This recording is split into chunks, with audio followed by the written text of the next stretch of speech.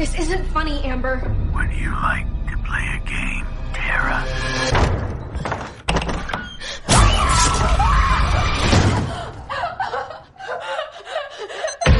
Doors unlocked. All doors locked. Doors unlocked.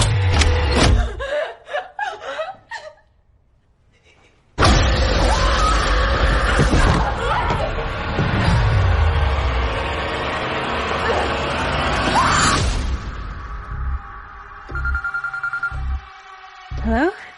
It's happening. 3 attacks so far. Do you have a gun? I'm Sidney Prescott. Of course I have a gun. Something about this one just feels different.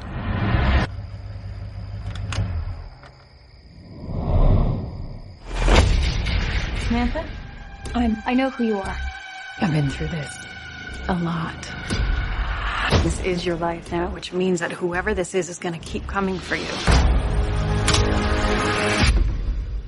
You ready for this? Never. No, stop. Wait.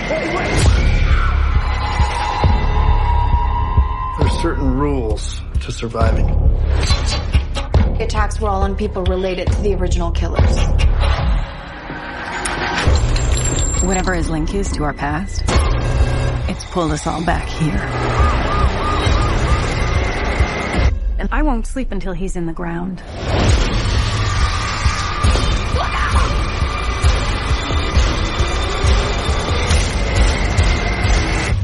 Hello, Sydney. It's an honor.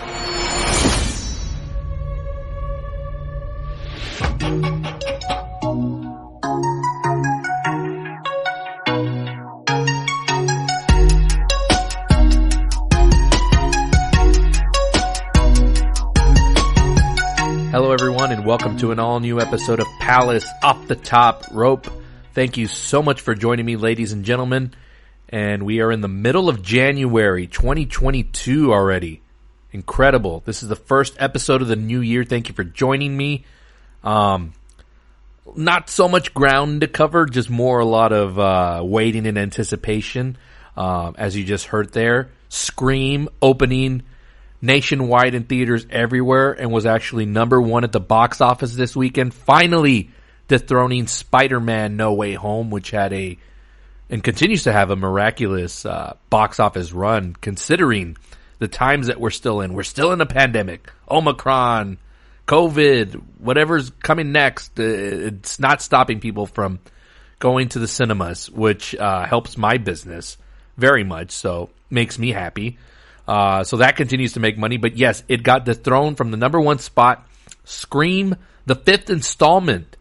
And kind of like I guess you can call it a legacy sequel or a requel, as the new one is called. And I'll get to my review in just a bit. Check that out this past weekend. Grossed $30 million over the 3-day weekend and up to about, I think, 30 to 36 for the MLK weekend, 4-day if you want to count Monday, but I usually go by Friday through Sunday. That's how I measure how a movie does, like financially opening weekend, whether it's a success or not. Off a $25 million budget, this is going to make some bank. It is considered a success. I'm super happy because Scream, although horror is not my franchise, it is definitely the one that I consider my favorite. I grew up with these movies.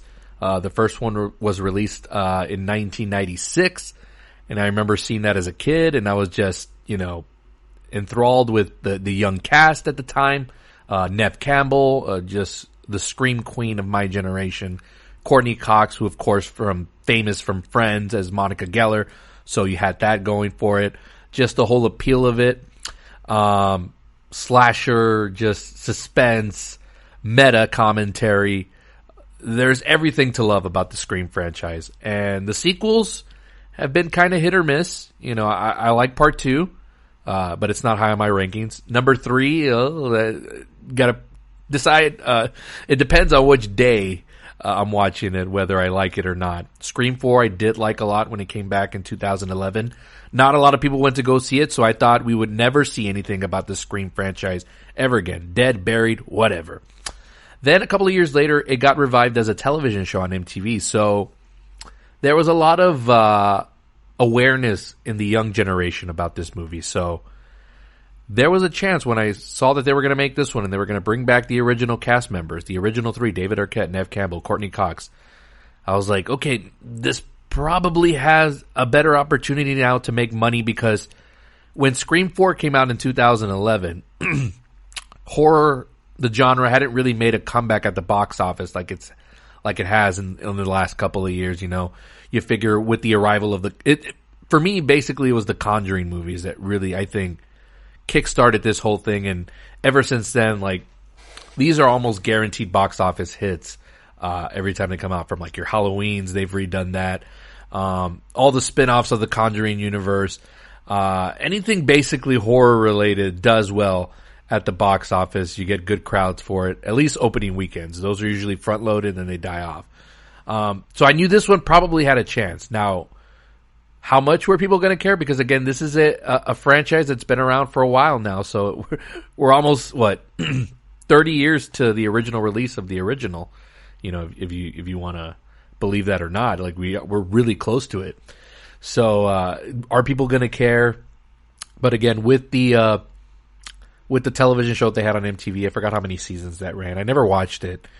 So there was awareness of the movie, and lo and behold, it's got great reviews going for it as well. So that's gonna help it continue to make bank at the box office for the next couple of weeks, because there really isn't anything, folks, like huge. And I'm not saying Scream is like the biggest of movies, but there isn't really anything like, you know, just that gigantic of a juggernaut until the Batman in March. Now in February, you got Moonfall, which I'm excited for. It's a Roland Emmerich disaster flick. The moon coming to attack Earth. What? Wacky. Love it. Armageddon style. And you got Jackass Forever, which is, again, I'm looking forward to. People playing pranks and doing stupid stunts. That's never not going to be funny. Like, come on. Now, the question is are people going to care? Because I think the last one came out in like 2008, 2009, I want to say. So it's been a while. It's been a hot minute. And these guys are like really older now. You know, Johnny Knoxville's not shying away from him that he has like gray or white hair in this movie. So it's known that these guys are like up there in age already. But this is kind of built as the last one. So we'll see how that does. But I'm not really expecting huge numbers. The last Jackass opened to like 50 plus million.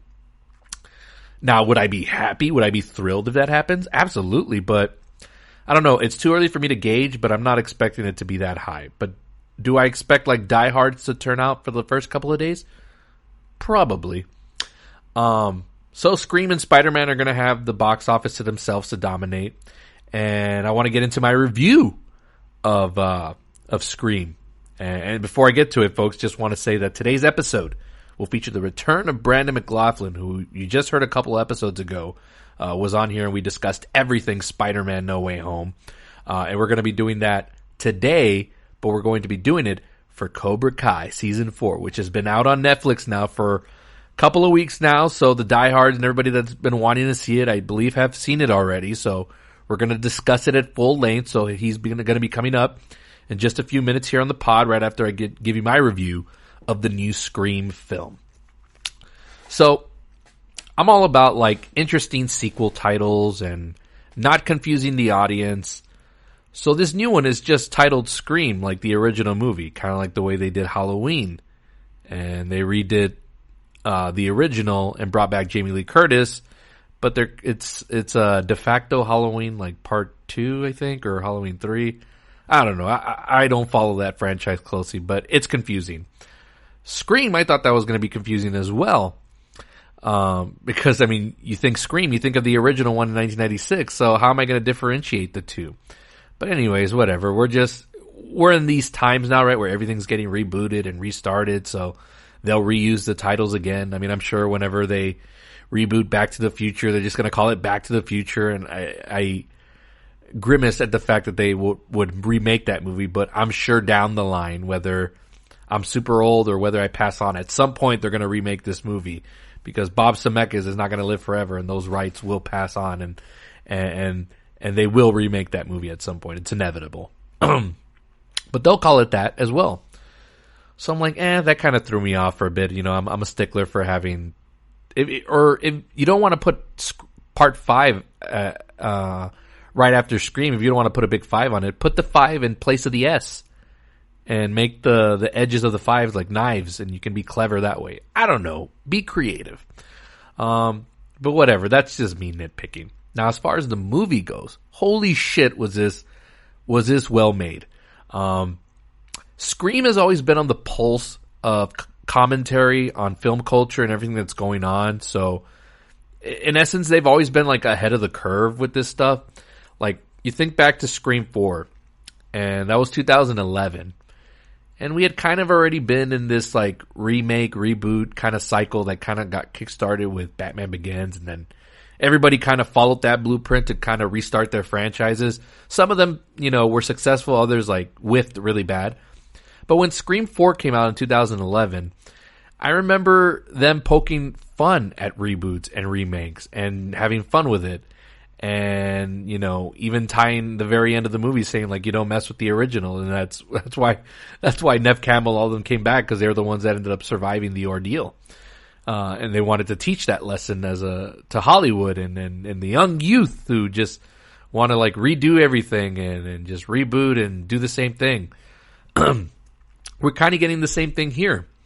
Although, in this one, they're not the main focus of the movie. So, they're kind of pushed to the side. They're supporting characters.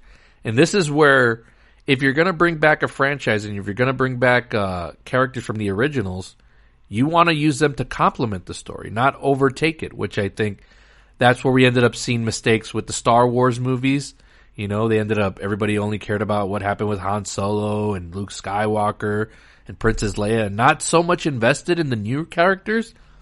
Maybe like in the first 2 movies, but then by the time the third one, Rise of Skywalker, came out, it was just all chaos, and everything was just about servicing the fans and servicing the nostalgia. They have done things right with certain franchises, and you know, I'm biased towards them a little bit, but I believe they've gotten it right. And that being the Rocky series and how they've continued it with Creed, with Michael B. Jordan, and that's his story now. And Rocky was like a supporting character and now won't be involved in the next one. So they've evolved that series and moving forward and doing something new. They're doing it with the Karate Kid franchise on Netflix, which I'm going to talk about with Brandon. In Cobra Kai, they're continuing the story with new characters, but they have the older characters serving as like their quasi-main characters, but also like off to the side doing their thing while complementing the story. That's what this new Scream movie does. And you get a lot of attention on the new characters. First one played by Melissa Barrera, Latina-led movie. I love it. I'm going to stand for that. I'm pushing for that. Let's get more Latinas and Latinos in Hollywood movies and franchise movies. We can do it. We can lead these movies. So she plays a character named Sam Carpenter. I'm not going to go into full spoilers. The movie's just out this week and it's fresh. Jenna Ortega's in this, plays the younger sister. There's a lot of twists in this movie where you think by seeing the trailer, you think you know where it's going to go, and it just throws you for a loop. And that's always been the brilliance of Scream, is that they'll turn it on you just when you think it's going to go where you think it might. Neve Campbell, Courtney Cox, David Arquette were all great in their small roles. Again, they're pushed off to the side this time, but they still serve the overall large story going on in this, so they're important to what's going on. They're not just, making cameos. Like, they do serve purpose in this story. But more focus is put in on these new characters, and although they don't have, in no way, shape, or form do they, match, the original cast from the 1996 version. But, they at least give you enough stuff in there to care about these characters. I'm also was watching this movie as a parent, and I know it's slasher flick, it's a little bit more violent, but I've got some girls that are about to hit the teenage road of their lives, and they're a little bit more mature, and they actually got into this franchise through their own. I don't know how. They're on their own. They discover stuff. There's YouTube and stuff out there. I don't get to see them all the time, so But for the most part, they're good kids and they know how to separate fantasy from reality. But they became really invested in these Scream movies, so I took them to go see it. It was really their first rated R movie that I take them into, which, you know, they may still be a little bit younger, but they're, I think, already mature enough to handle, like, where, you know, they won't get scared or scream or throw a ruckus. So I was very impressed by how mature they were able to handle this movie. Me at that age, I don't know, but I'm just a wussy for these movies. So, I mean, I remember seeing the first Scream movie at home. I didn't go see this in theaters. I saw Scream 2 in the theaters, but I braved that watching it with friends, so that's a whole different story. But, you know, they're a little bit more mature than where I was at their age. So kudos to them, and they enjoyed it a heck of a lot. You know, they get brought in by people that they recognize in the young cast and crew, like that Jenna Ortega. Like, I had no idea she was from a Disney television show, which my daughter watches. And when we were finished with our feature, we were in the car, and I was like, that girl looks super familiar. Was that so and so from this show? And they're like, yeah, that's her. And I was like, oh, no way. But it's cool how they're getting hooked by the newer cast, and yes, they've watched all the other ones, so they're familiar with the older characters. And again, it's something that I get to relive through them. So, and again, I didn't force any of these movies on them. I'm very, I don't want to say I'm picky, but, like, you know, I ain't gonna show them like Kill Bill, you know, where that's ultra violent, or something that has like a lot of sexual stuff in it, like an American Pie. I won't show them that stuff. They're not ready for that stuff yet. But Scream, although violent, it also is not a full-on like horror movie. There's a lot of elements of comedy and satire and not social commentary, but pop culture commentary. So they're able to handle it. They're mature enough. Like, again, they had no problems like separating what's fake and what's real. You know, they don't have a problem distinguishing that, and they're not off like repeating lines from the movie or anything like that. But, you know, it was a nice, it's a way to, you know, it made me realize, man, like how fast like my kids are growing up, and just to enjoy this time and really cherish it, because by the time I know it, they're going to be full on grown adults, and this time will have just gone by like nothing. So I got to enjoy Scream like as a double, like as a fan of the franchise with growing up with this, but also as, you know, enjoying it with my kids and them enjoying it, you know, from their side of things, and them getting in tune with the young cast in this movie. So I hope they make more sequels with this new cast. You know, I don't really think you need the older crew anymore, because, you know, they did the movie just right, where they brought them in to pass the torch, complement the story, but they can do the next one without them. Like, I would be okay with that. Just like Adonis Creed, and Michael B. Jordan's going to direct Creed 3, and it's not going to have Rocky Balboa in it or Stallone. So that I'm excited for that. Like, if you're going to continue to bring back old franchises and IP, you got to evolve it, and you got to move the story forward. You can't continue to rely on the past, or not, you're just rehashing the same old thing. And some people like that, don't get me wrong. And I'm not saying they're wrong for it, but, you know, that's not how you're going to grow a franchise. And then you wonder why people get mad, you know, like with stuff that's going on right now with Star Wars and all the backlash of, you know, them ruining the Rise of Skywalker, and, you know, the television series is kind of like they've lost a lot of buzz. Like, it used to be like the talk when it was starting out, but now it's just, you know, whatever. I think Marvel has peaked a little bit, but, you know, there's still a lot of fan bases for that. But you got to move the story forward. You got to do different things. You got to push it forward. If you keep relying heavily on the past, that'll hinder you, and you will peak at some point, and then people will just give up on it. So Scream did a really good job here. A lot of callbacks, a lot of beats to the original movies, but again, they were moving it forward with a new cast, and, you know, who they got for this movie, I think they did a really good job here. So highly recommend it. Again, there's not going to be much out for the next couple of weeks until Batman comes out, so I would recommend seeing this. I can't wait to see it again. Like, I thought it was that fun of a movie, and I can rank them for you right now. So I got the original Scream at number 1, this new one at number 2. Yes, it was that good, even though I could probably use another viewing of it, but I thought it was that strong and that creative of a story and how to poke fun at the way everybody's doing these movies and bringing back old characters, and just, it was so meta. Like, I love it. Like, that's meta done right. Like, the way the Matrix Resurrections did it was kind of like, yikes, that's not the way to do it. Scream did it in the right way, and it works because it serves the story that they're telling for this. So I have that one at number 2. I have part 4 at 3, number 2 at 4, and then part 3, which I think by consensus, by mostly everyone, they have that one ranked last. But I can still enjoy the whole Scream franchise. And I hope they make more. But again, they can make it with this new cast, and I'll be very happy. And they don't have to bring back Neve Campbell and Courtney Cox and David Arquette. They serve their purpose. Is it nice to see them? Yes. But does it get redundant if they were to do it again? Yeah. Cameo, I'm fine with, but they no longer have to be the main part of the story. And that's the way it should be if you're going to do stuff like this.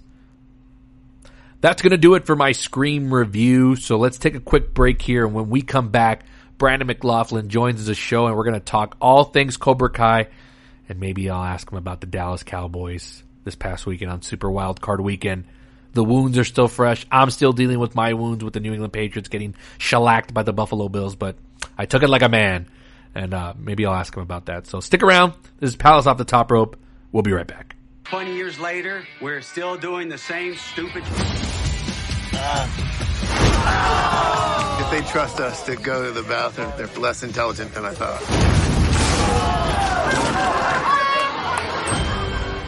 All right, folks, welcome back to the show. And in the house today, Brandon McLaughlin is back. The first episode of the year, man. Happy New Year. You as well. Thank you so much for having me back. It feels like just yesterday we were talking about Spider-Man, was it not? Right, and it still feels like it. I'm still seeing commercials for it. It's amazing how much money this thing has generated, even like for my standards. Like, I've kept a close eye on it, but not like as close as usual. But I saw today somewhere that it's about to pass Black Panther, which made $700 million. So that's insane. It's domestic, right? Yeah, domestic. So it's about to enter like the top 5 like of all time. So that, I mean, good for our business and good for Sony, I guess, on generating all that. So is it holding up against? I haven't gotten around to seeing it. Is it holding up against Scream, or is Scream going to take the box office? Scream this weekend? did take the box office this weekend, but it's not like Spider-Man was that far behind. So Scream did $30 million this weekend. Spider-Man still brought in over 20. So, and I'm at work, and people are still coming to this thing. Like, our evening shows are still like jam-packed. Not like super jam-packed, but it's like we're selling a good chunk of tickets for it. So not like it was within the first couple of weeks of its release. Do you think you're going to see a spike, like a turnaround, where it's going to overtake Scream in the second weekend? I don't know, because Scream actually has good word of mouth right now. I saw the movie myself, and I thought it was fantastic. It might have some legs just because, well, at least in my theater, horror movies tend to have a longer set of legs. Like Candyman, for some reason, lasted forever for us. So I can see Scream sticking around. But as far as like nationally, possibly it could be neck and neck, because there really isn't going to be anything. And like, if we're talking huge, not until the Batman in March. And the Batman comes before the new Harry Potter spinoff one, right? The Secrets of Dumbledore? Yeah, because that Dumbledore movie will be in April. So the only thing really between now with Scream and Spider-Man out and Batman is the new Jackass movie, possibly getting some nostalgia in there. But I don't know. It's been so long since possibly. One of those. I almost said Morbius, but I forgot they moved it back again. See, that would have helped us tremendously at the end of the month. So now we're looking at a really dead period until Batman. I mean, maybe Jackass could do something, because there's also that other movie. I don't know if you've seen the previews for it, Moonfall. Yes, like yes. Disaster, in IMAX, end of the world type thing. I'm into those kind of movies, so maybe that'll do something. But I wouldn't bet like money on it, like I would for Spider-Man or for Scream. So it's going to be very interesting. So Spider-Man's going to stick around like for a very while, but I think it's already going to premiere digitally, like on demand, like in the next few weeks. So we'll see if I'm sure people are still going to come out and see it in the theaters. It happened for Venom. We had Venom all the way up until Spider-Man premiered, and that had already been long on demand, and you can buy it to watch at home, but people were still coming out to see it. So I can see the same happening for Spider-Man. So pretty awesome. Well, this is the first episode I'm doing of the year, so it's been very quiet, at least on the movie front, up until this past weekend with Scream. This weekend we had the start of the NFL playoffs with Super Wild Card Weekend, which Saturday I got my beating. You know, my Patriots got a shellacking by the Buffalo Bills, which was kind of like long overdue because we had really been like the father of that whole division for so long, and we dominated for so long and whipped ass for so long that I think at some point I knew we were going to get ours. And once I saw what the matchups were going to be and I knew how Buffalo was starting to ascend again, I was like, I mean, would I be happy if we won? Of course, but realistically I knew what we were going into. But did I expect a beatdown the way the Bills gave to Bill Belichick and Mac Jones? You know, I didn't expect our defense to collapse like that. I thought it would at least be somewhat competitive. But, you know, I got mine. Everybody came after me Saturday night. Cool. I expected it, but I still showed up, and I'm here every day. How did it go for your team Sunday? You know, I did this to myself. It's like being in that toxic relationship where you think things are going to get better. And last time I was on, I spoke very highly of my team, and I truly do believe that they had a very viable chance of, you know, winning the whole damn thing. But it's the same old song and dance of we make it to the playoffs and somehow all of a sudden it's a matter of this team it looks like a JV playoff team more than a pro football team. They're undisciplined. The coaching staff doesn't have any sort of accountability to anybody. Nobody takes responsibility for their actions. It's just one excuse after the other. I'm almost getting tired of seeing it. Surprisingly, I'm more disappointed in the loss of the Patriots than I am with the Cowboys, because that's something that people expect nowadays. You know, and I do stand behind my original statement that I said previously as well, that as a fan of the Patriots and you know, somebody who's invested a lot of time and money and you know, fandom into this team, it's not to be ashamed of. I don't believe that the Patriots were playing their best football that day. Yeah. You know, there definitely could have been a better performance there. But at the same time, with everything that they're working with, and you know, with this new rookie quarterback that just spent his first year getting groomed into the system and adapting to everything, and as well as he performed, he's only going to get better. So, you know, the fact that they made it is fantastic, and you know, they may not have made it very far, but I do not have a single doubt in my mind that next season it's going to be a different story to tell for that team. As far as our team is concerned, if we don't make any moves, any intelligent moves, you know, personnel changes, if we don't get any good draft picks, if we don't pick anybody up in the free agency when that comes around, I'm anticipating it to be another song and dance. And the scary thing is every time we have a very good positive season, we go back into mediocrity. That's the song and dance that the Cowboys have always kind of put out there. I wanted to ask you, when you saw what the matchup was, like, did you already have like kind of like a sour feeling going into it, or were you like, oh man, if we match up with Arizona or whatever, would you feel better about yourself? Or once you saw the Niners and the whole history between that rivalry, and did any of that was like, oh man, like here we go again, like I can see this ending in disappointment for us? Or did you, once you saw the matchup, were you like, well, okay, let's do something?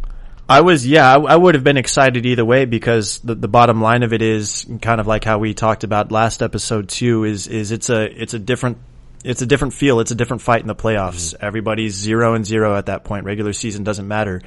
So you could have matched us up against anybody. It could have been the Cardinals. It could have been the Rams. Obviously not the Packers. They would have gotten the first round bye. Would have been matched up against, or even Philadelphia. Or even Philly, or your boys in Tampa. Mm-hmm. It's a different mindset. It's a different game. It's anybody's game. Records don't matter at that point. But in any circumstance felt like it would have been possible to pull off a win. There's not necessarily anybody. I mean, do I feel like we had a better chance of facing off against the Niners team as opposed to a Tampa Bay team?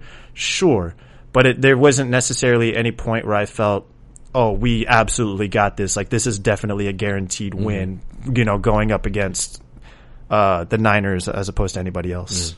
So let me ask you point blank, you're the GM of the Cowboys. Well, let's just say owner. Let's take Jerry out of it. Let's say you're the owner. What are you doing to right this ship for next season? Because I think you got the pieces in play. You got great offensive firepower. You got a competent enough quarterback. Like, I'm not going to say Dak's elite, but he's good enough that he can win you like big games. He's a good leader. He's proved that. Defense really showed up this year with the addition of Dan Quinn. Like, you're right there in contention. Like, Philadelphia's got like 3 picks in the draft in the top 10 next year, so they're going to be. I mean, I'm not saying every first round pick is like a gold mine, but you know they're going to be right back in the mix. But to stay relevant, to stay on top, and hopefully win the division next season, what big change are you making to this team this offseason? I think first and foremost, I got to get rid of McCarthy. And that's the other thing too. Dan Quinn is kind of walking a very thin line. See, my thought about it is we're holding on to a bunch of sloppy seconds from other teams. I mean, not necessarily taking anything away from them, but Dan Quinn being the defensive coordinator coming from Atlanta, who's also responsible for blowing a 28-3 lead in the Super Bowl, one of the most memorable sports moment that I think not a single person is going to forget. It's kind of a little suspicious if you ask me. Yeah. And then of course, with McCarthy, what's the last thing he did in the last 10 years? He had that one Super Bowl win, which absolutely nobody gives him any credit for. Right. Granted, it does help that he had an Aaron Rodgers, which is, you know, another one of those special cases, but Dak is not Rodgers. Right. Dak is good.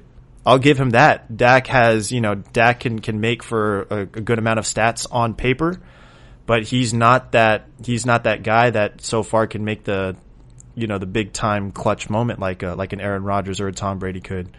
I'm not gonna move on from Dak just yet. I think he's still got plenty of good years, and you know, given the benefit of the doubt, having some optimism, he can definitely improve. So I'll save that conversation for a later date, but definitely McCarthy would be my first move. So I was looking at the final play, the quarterback draw, where they ended up running out of time.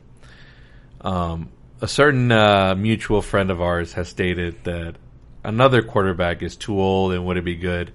How do you think Tom Brady would have handled those final seconds with Dallas? Would he have given you a better chance to make like one final shot into the end zone? Like, would Tom Brady have done that quarterback draw, or would he have continued like dinking and dunking towards the end zone? Because y'all weren't like. Because Dak was making strides with the receivers, like you were gutting them. I mean, just time was running out, but like, I don't know. Like, Aaron Rodgers fell into that same situation earlier with the 49ers. I don't know if you went back and saw highlights of that game, but that exact same situation happened. But Rodgers was more smart about it as far as like not doing a draw like that. But plus, also the ref was in the right position. Mm-hmm. That's the other thing our mutual friend has said. Like, oh, the ref screwed you all, and it's like. Well, no, the quarterback and the center don't determine where the ball goes. That's up to the referee. Like, they spot it, not you. So if he wants to call conspiracy on that, that's stupid. But I don't know. Like, do you think if Tom Brady was your quarterback, would you have had a better shot, or do you think the same thing would have happened? 100%. I mean, Tom Brady is Tom Brady. He's very calculating. He's very. But even with like no time, y'all had no timeouts. Like, yeah. There was just no way you could do anything towards the middle of the field and not come up with a negative result. I would never doubt Brady in that sense. Mm-hmm. You know, given the same circumstance and the same parameters, I think we would have had a better shot for sure. Mm-hmm. I mean, definitely gotten down closer to be able to take a shot in the end zone more so than we did. I mean, I'm not going to dispute that at all. Mm-hmm. I was watching the replay of that play, and it started off with Dak fumbling around with his own center first before the ref even came in and bumped into him. So there was already some activity that was going on that, like, it's, you know, what are you doing? Why are you bumping into your own guy kind of thing? Mm-hmm. That got me questioning. Another thing too, because I was talking to my coworker about this too, because he knows what I'm about. And he's a Packers fan, so he doesn't necessarily have anything against the Cowboys. He will continue to go on record and say, I was actually rooting for you guys. What happened? You know, I was happy that y'all made it, and you know, y'all were going to go. I thought you were all going to go very far. Mm-hmm. I was telling him we did not turn it on in that game until the fourth quarter. Mm-hmm. I was saying how we started playing well. We had 3 other quarters of football that we could have been, we could have started building momentum, that we could have started making those big plays, and we could have even actually gone ahead and perhaps made it even a more competitive fourth quarter, like a back and forth type thing. But we played from behind the whole game. And if that wasn't the case, then this wouldn't even need to be a conversation, because if everybody was doing what they were supposed to and everybody was on their assignments and we were firing on all cylinders from the get-go, venture to say it would have been a different turnout, but that's unfortunately not what happened. So this is the end result. So you can, you can blame the ref, you can blame whatever excuse, but at the end of the day, there's 4 quarters of football, and we did not show up to play all 4 quarters of football. If we had, I don't think this would even be such a big deal. Yeah. The reason I bring up Brady is because I look at a lot of our I don't want to say we all have mutual friends on Facebook, but a certain percentage that I see that are Cowboys fans are not fans of Dak per se. I mean, don't get me wrong. What turned me on him was the whole contract situation and wanting all that money. It's like, well, prove something first before that. Whatever, he got his money, but what do you think it is with fans that don't like Dak Prescott or think like he's not the guy? Like, do you agree with them, or do you think you see something different that they don't? I'm curious as what to the imbalances on some people that don't like Dak and some people that are fine with, Jake Ramirez will call Dak elite. I don't think he's elite, but he's good enough. But I don't know. What are your thoughts on those fans that don't like Dak at all? Like, do you think they're wrong, or so that actually brings up a question that I was going to ask in regards to this. So specifically speaking, are we talking about like they just don't believe in Dak at all, or they just don't believe, that he's an elite quarterback in response to, what Jake was saying? From what I'm seeing, it looks like they don't even believe in him at all as to be the guy. I was like, well, who do you want? Like, I mean, I know Russell Wilson's talked about possibly wanting to leave Seattle, but even then, that's not a guarantee. It's like, well, who else do you want? Who else were the Cowboys going to go out and sign? Right. Other than Tom Brady when he was a free agent, but it's too late now. You signed Dak to it. I mean, I don't know what they're expecting. It's just, I don't know. To me, that's just weird because I think he's good enough. And I think with the right coach to push him, and I don't want to say McCarthy doesn't do anything, but it feels like he doesn't push back on anybody. Mm-hmm. Like even when Zeke was having those struggles last year with fumbling, right? And I think I remember they asked him are you going to bench Zeke? And he's like, no, we need him. It's like, what the hell? Where's the discipline? Accountability. Exactly. Yeah, if you can't get a Brian Flores, who I know would shape up that defense, they would make him more disciplined, and I think he would push Dak a little more. Or even if even a Jim Harbaugh, I think would be a good get, because he's looked at possible getting back into the NFL. Mm-hmm. I think if that Cowboys spot opens up, that would be an interesting spot for him. But I think that's all the Cowboys are really missing is a well-disciplined coach that's gonna. They need a Bruce Arians that's gonna call your ass out, if they mess up or something like that. So they're right there, man. For as much shit as I love to give you all, there was moments we open up the season, you open up against us, and it's like, oh shit, where was this for the entire season? You all showed strides of maturity, but again, just little blunders and undisciplined and too many penalties. That's just, the Bucks dealt with that last season and they cleaned it up. But, I just think it's going to take a more strong-willed coach to get you all over that hump, because I think everything else is set. I mean, you got the offense. Offensive line's good enough. Your quarterback's good enough. Your running back situation's good enough. Your defense got a bunch of studs. So, I really think it's going to come down to the coach. And if there's no change there, then you just got to look all the way high up at the owner. Yep, I Can't agree. blame anybody else. To answer your original question, I don't have an issue with Dak. Again, I don't think that he's a bad fit. I don't think he's a bad quarterback. Do I think he's elite? No. I don't think that as of right now, from when he started, 2016 was his first season? Somewhere around there. So from 2016 up to this season, there hasn't been too much spectacular things that he's done to kind of match what a Brady could do, or what an Aaron Rodgers could do, or even a Russell Wilson could do. Russell went back-to-back Super Bowls. I mean, and he had an amazing squad. You know, Dak has his money. I think he just needs to make better decisions in the long run. Yeah. And there's plenty of time. He's got plenty of good years. Like I said, he can definitely shape up, and he can turn it on and prove everybody wrong. I agree with the personnel changes, because, you know, like, again, Dak he's good on paper. He's, you know, our mutual friend, you know, Jake, he'll throw the whole book at you with stats like, oh, Dak threw for, you know, this number of yards, you know, 400 yards this game. You know, that's fantastic. Another thing about that too is if it's not winning football games, then what do the stats on that paper actually mean? Like, what good is that actually doing for us? So statistically speaking, he is there. He just needs to shape up and make better decisions in a crunch time situation, you know, in a 2-minute drill.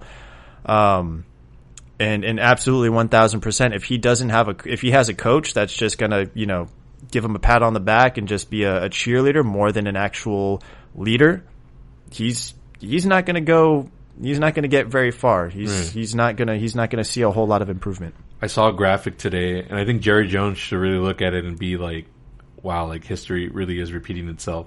It was a graphic of Dak next to Tony Romo, and it said after the first 6 seasons, they're like 1-2 in the playoffs, or 1-3 or something like that. It's like, yikes. Like, it's literally the same thing. Like, nothing has changed, and it's like, the hell, man? Like, y'all are right there. Like, why doesn't Jerry Jones see that? I mean, I don't know. I mean, I'm thinking there is going to be a coaching change. It's just not going to come right now because we're deep in the middle of the playoffs, and I'm sure he's going to want the headlines to himself. So it'll probably happen like either right after the Super Bowl or right as the Super Bowl is about to happen.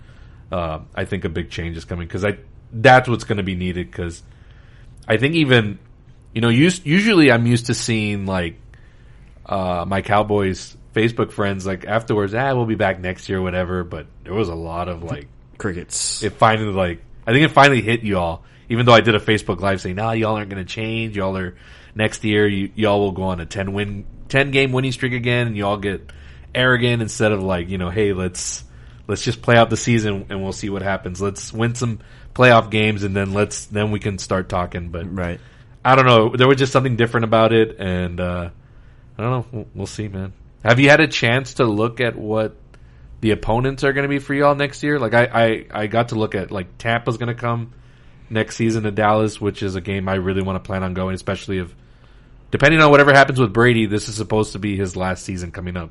Because he said he wanted to play till he was 45. That was always his end game. But I don't know. Things always change. But I know that's going to be one of y'all's opponents next year. I don't know if you've had a chance to look at any other teams that you're going to play. I scrolled past it. I saw it on the page on like Instagram, on their Instagram page. I briefly kind of looked over it, and then I scrolled past it. I didn't really invest a whole lot of time or take a screenshot of it.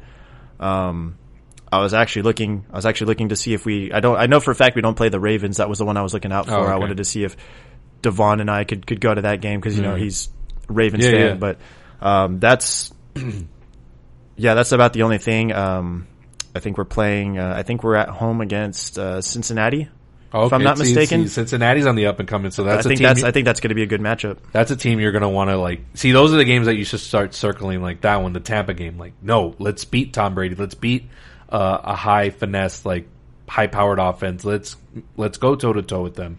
But again, if you don't change the coach and then everything stays the same, and then even then, like your coordinators thing is not even set in stone because Dan Quinn's getting like head coaching interviews, and I don't know about Kellen Moore. I think I heard a couple of little bits about him. But, you know, if things don't shape up there, I think if you all were to lose Dan Quinn, I don't think you are. I don't think they're going to give him a head coach right away. But if you were to lose him, I think like you have to pounce on Brian Flores because that's his specialty defense. He turned around Miami like super quick. And not just the defense, but the whole culture. Like players in Miami are freaking shocked and in disbelief that they let him go. Like so that sucks. It drains your locker room. So I don't feel bad for Miami. Like they fucked up.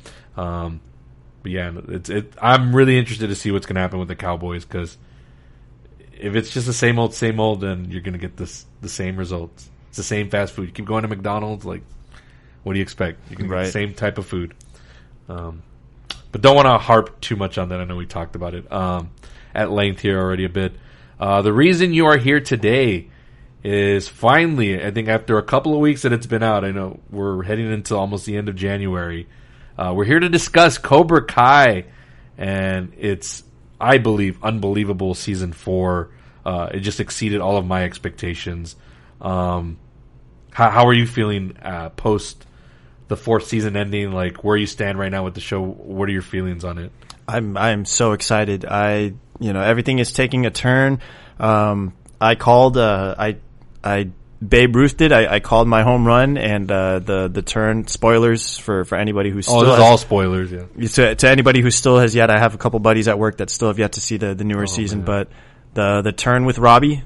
Oh. And how he's starting to to turn around, and he's not the total heel anymore. Like, right. I'll take that as a win. So that's gonna be interesting to see, especially because I mean, with Johnny Lawrence now, I mean they lost the tournament, so they're no longer technically senseis, so to speak. But Johnny Lawrence has to shift his focus on finding Miguel because Miguel went off to do his own thing. So I'm interested to see how that journey is going to play out because of the whole big reveal that his father doesn't even know of his existence right now. So to see how that plays out, and from start to finish where they left off in season 3 and how they capped it, I was actually shocked that they gave Cobra Kai the rub. But I mean, I guess that's how you got to keep the story going. Right. And then the twist at the end was phenomenal. But even that, like, even though they give it, like, you kind of knew where the story was going. Like, there was little subtle hints, but like the way they tell it is still like engaging, and that's all you really want, right, out of these things. Like, it can be predictable, and it can be like kind of like, oh, of course that's where they went with it. But as long as they tell the story good, like, that's always going to work with me. I wanted to do like kind of like a little awards thing, and we're going to spread them out throughout our conversation here. Sure. But just overall as a whole, like, you mentioned Robbie. He's my most valuable player of the season. I think he was the most level-headed out of everybody. Because one of my favorite scenes in the season is a conversation between him and Johnny, where Johnny's like, no, like, you can't trust Kreese and Cobra Kai, and Robbie's like, wait, hey, hang on. That's your problem. Your problem is you trusted that guy. I don't trust anybody. I'm just using them to get what I want. So he was kind of like, he knew what he was doing as far as like what he wanted out of Cobra Kai, but he just felt like outpaced and outsmarted everybody. Even his conversations with LaRusso. Oh, you think your way is the only way? I see how you work. I see how my dad works and how Cobra Kai works. Like, nah. Like, I'm gonna use all the knowledge that I've learned from Miyagi-Do and Cobra Kai, and just him being like overall just an individual, because he was like a stray for the longest time until he hooked up with LaRusso. I just thought his character development was so great. I thought he was going to go full on heel, but there's shades of it. But then there's also like, he's mentoring this new kid. Right off the bat. There's the good side of it. It's like, oh man, like I really rooted for Robbie, because I thought in season 3 he kind of got lost in the shuffle a little bit, and I was like, oh man, I hope he doesn't become a background character, because I think there's real potential with him. And here you kind of see it like, oh shit, like this guy could lead, like, if they decide to like eventually like get rid of like the original cast, like he could lead the way for new stories or whatever. I don't know. Did you have a different MVP, or did you have the same one? As a matter of fact, I'm actually going to go on the exact opposite of that spectrum to his other half, and I'm gonna select Tori as my overall season 4 MVP. And pretty much for those exact same reasons, because you thought, she was going to be the baddest bitch in the land, especially with how season 3 ended. Right. And so she was like super villainous in the very beginning, but then they kind of started building that. They kind of started building in season 3. I think it was season 3. Those moments where you kind of get those brief moments of sympathy for her, because you really start to understand, where she's coming from and like her overall at home situation and everything. Yeah. But this just kind of takes it to another level, especially with the slip up in the beginning when Mrs. LaRusso visits a restaurant and ends up getting her fired inadvertently, and then she has to work at that kid's birthday party event center thing, and just gets totally embarrassed. But then completely 180s and is like, starts to actually taking advice from other people and starts to learn how to trust. And even she had that conversation at the very end with Mrs. LaRusso of like, hey, I've been taking your advice. I've been seeking therapy, and it's been very helpful, and it's been helping my mom, and it's good. And then at the very end, it's like the perfect WrestleMania moment. It's like the perfect WrestleMania storyline. She gets her moment in the end. She wins the championship, not just for herself, but for her overall dojo, which is incredible. So I'm running with Tori on this one. MVP for me, for her. I guess my other award that we can go into is I guess best. She had the best storyline arc this season, I think, in terms of growth and development. Like you said, it was planted in season 3. Usually in shows like this, like a teen soap, I guess we can kind of call it. Yeah. There's couples that you root for. And I found myself by the end of this rooting for Robbie and Tori instead of like whatever with Miguel and Sam. They would. I dare say, like, for half the season, you couldn't even tell that they were like couple material. Like they were just two people hanging out. Yeah, I think that was done on purpose so that way you could sympathize and gain more traction for Tori and Robbie, who that develops as well throughout the season, right? Because they're at odds at the beginning, like, what are you doing with us or whatever? Right. This isn't for you, and then it's just you could see the tension there building, and it leads to one of the great moments in the prom episode where they just steal the dance floor, which is that's always a thing. I love stealing the dance floor if I get an opportunity. So seeing something like that, I'm like, oh man, if I could do that on film or whatever, like that's so cool. I don't know. Talk about that moment a little bit. I thought that was one of the best moments of the show, where just him and Tori show up at prom and just steal the night away. One of your favorite artists, if not favorite artist, right now going. I think overall, I think that prom episode just overall as a whole really stands out to me in a lot of different ways. Before we even get to the weekend song, can we talk for a second about Dimitri's prom tux with the Pac-Man game board? God. That character also had great development. It's crazy out of the woodwork. He was like a nobody, just a pushover, and then all of a sudden he's skilled, he's masterful, he's performing well in this new event that they launched at the tournament. Yeah. He definitely 180. And again, folks, like, this isn't something that's just like, all of a sudden what we're supposed to believe Dimitri's like this. I'm not saying like he can fight anybody, but he can hold his own.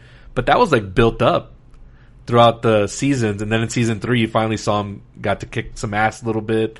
He was the one bullying Hawk for a little bit, like at school in the soccer field. Yeah. So you saw like little shades, like, okay, Dimitri's going to be able to hold his own. But yeah, he showed like a lot of like great fighting techniques and style. He even fought Robbie for a while. Like, I mean, it wasn't a fair match, but there was moments in there like, oh shit, could he get a point on Robbie? Like, is it possible?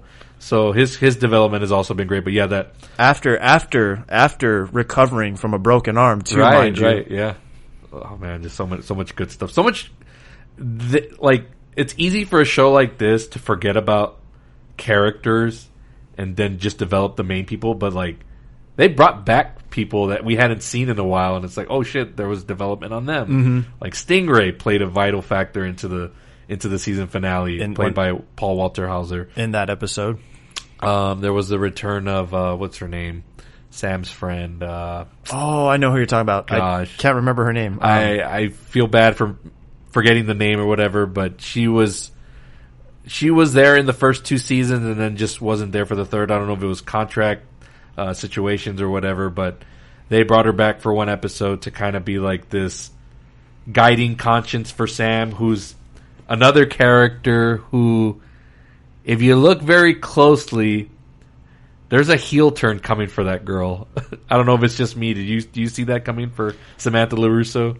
I thought I did, especially at the halfway point in the 4th season when they re-encounter each other at the school.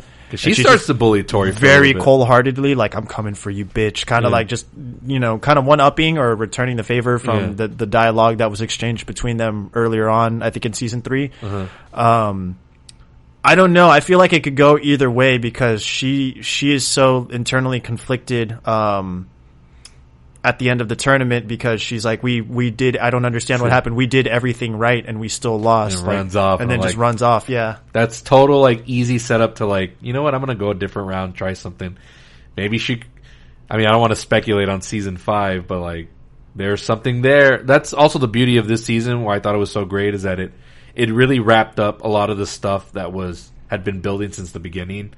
And now the show's kind of like going to go in a way where we can go into a whole different avenue of roads and storylines. But that's going to be one to watch. I'm calling it right now. I'm not saying I'm right, but I'm just saying Samantha LaRusso, there's just a heel turn. There's a reason why they did a lot of the things that they did in this show, from her like picking on Tori at that party and being like a brat about it, to just the whole thing. Like that was the whole setup at the beginning, right? With Tori telling Robbie like, oh, like this girl just thinks she can get whatever she wants, you know? And Robbie telling her no, and that was kind of like the first like, oh shit, like she's not gonna get her way every single time. And you know, Johnny also kind of brought out that edge to her, so it could be kind of like his influence that kind of makes her go a little dark. But again, I'm speculating too much. It's just my opinion on what I think is going to happen with this character. But it could not, like you said, it could go either way. But interesting stuff there with Samantha LaRusso. I think if they take that direction, what it's going, and this is just my theory, my own personal theory here, or my own personal input. If it's going to come, if they're going to take that route and kind of turn her, you know, into a villain or turn her into the heel, I think it's going to take more involvement with her mom, and it's going to take more involvement with Amanda and Tori, because Tori has to play a massive part in it. Yes, because she's kind of starting to turn into like that. What do you call it? Like a mentor kind of figure to Tori and giving her loads of advice. And then you kind of saw that scene where it's Amanda and Daniel, and they're having that conversation like, oh, you know, when I was a teenager, I took a baseball bat to my teacher while they were in the car, kind of thing. Yeah. Well, how come you never brought it up? Well, it's not dinner conversation. You know, there's never really a good time to bring it up. But she kind of shows that empathy for Tori, and like, okay, I understand her now because I know what it's like to be in that kind of position. You know, there's a lot of that in this season too, where a lot of like the older like the adult characters are empathizing with different groups or different of the kids, because Daniel had his moment where he's like, you know, I understand because I used to, in reference to Karate Kid 3, like I was a Cobra Kai at one point, like I know what they're all about, so it's very easy to, you know, to fall into these traps, or it's very easy to fall in these ways and really get enticed with what they're selling you, but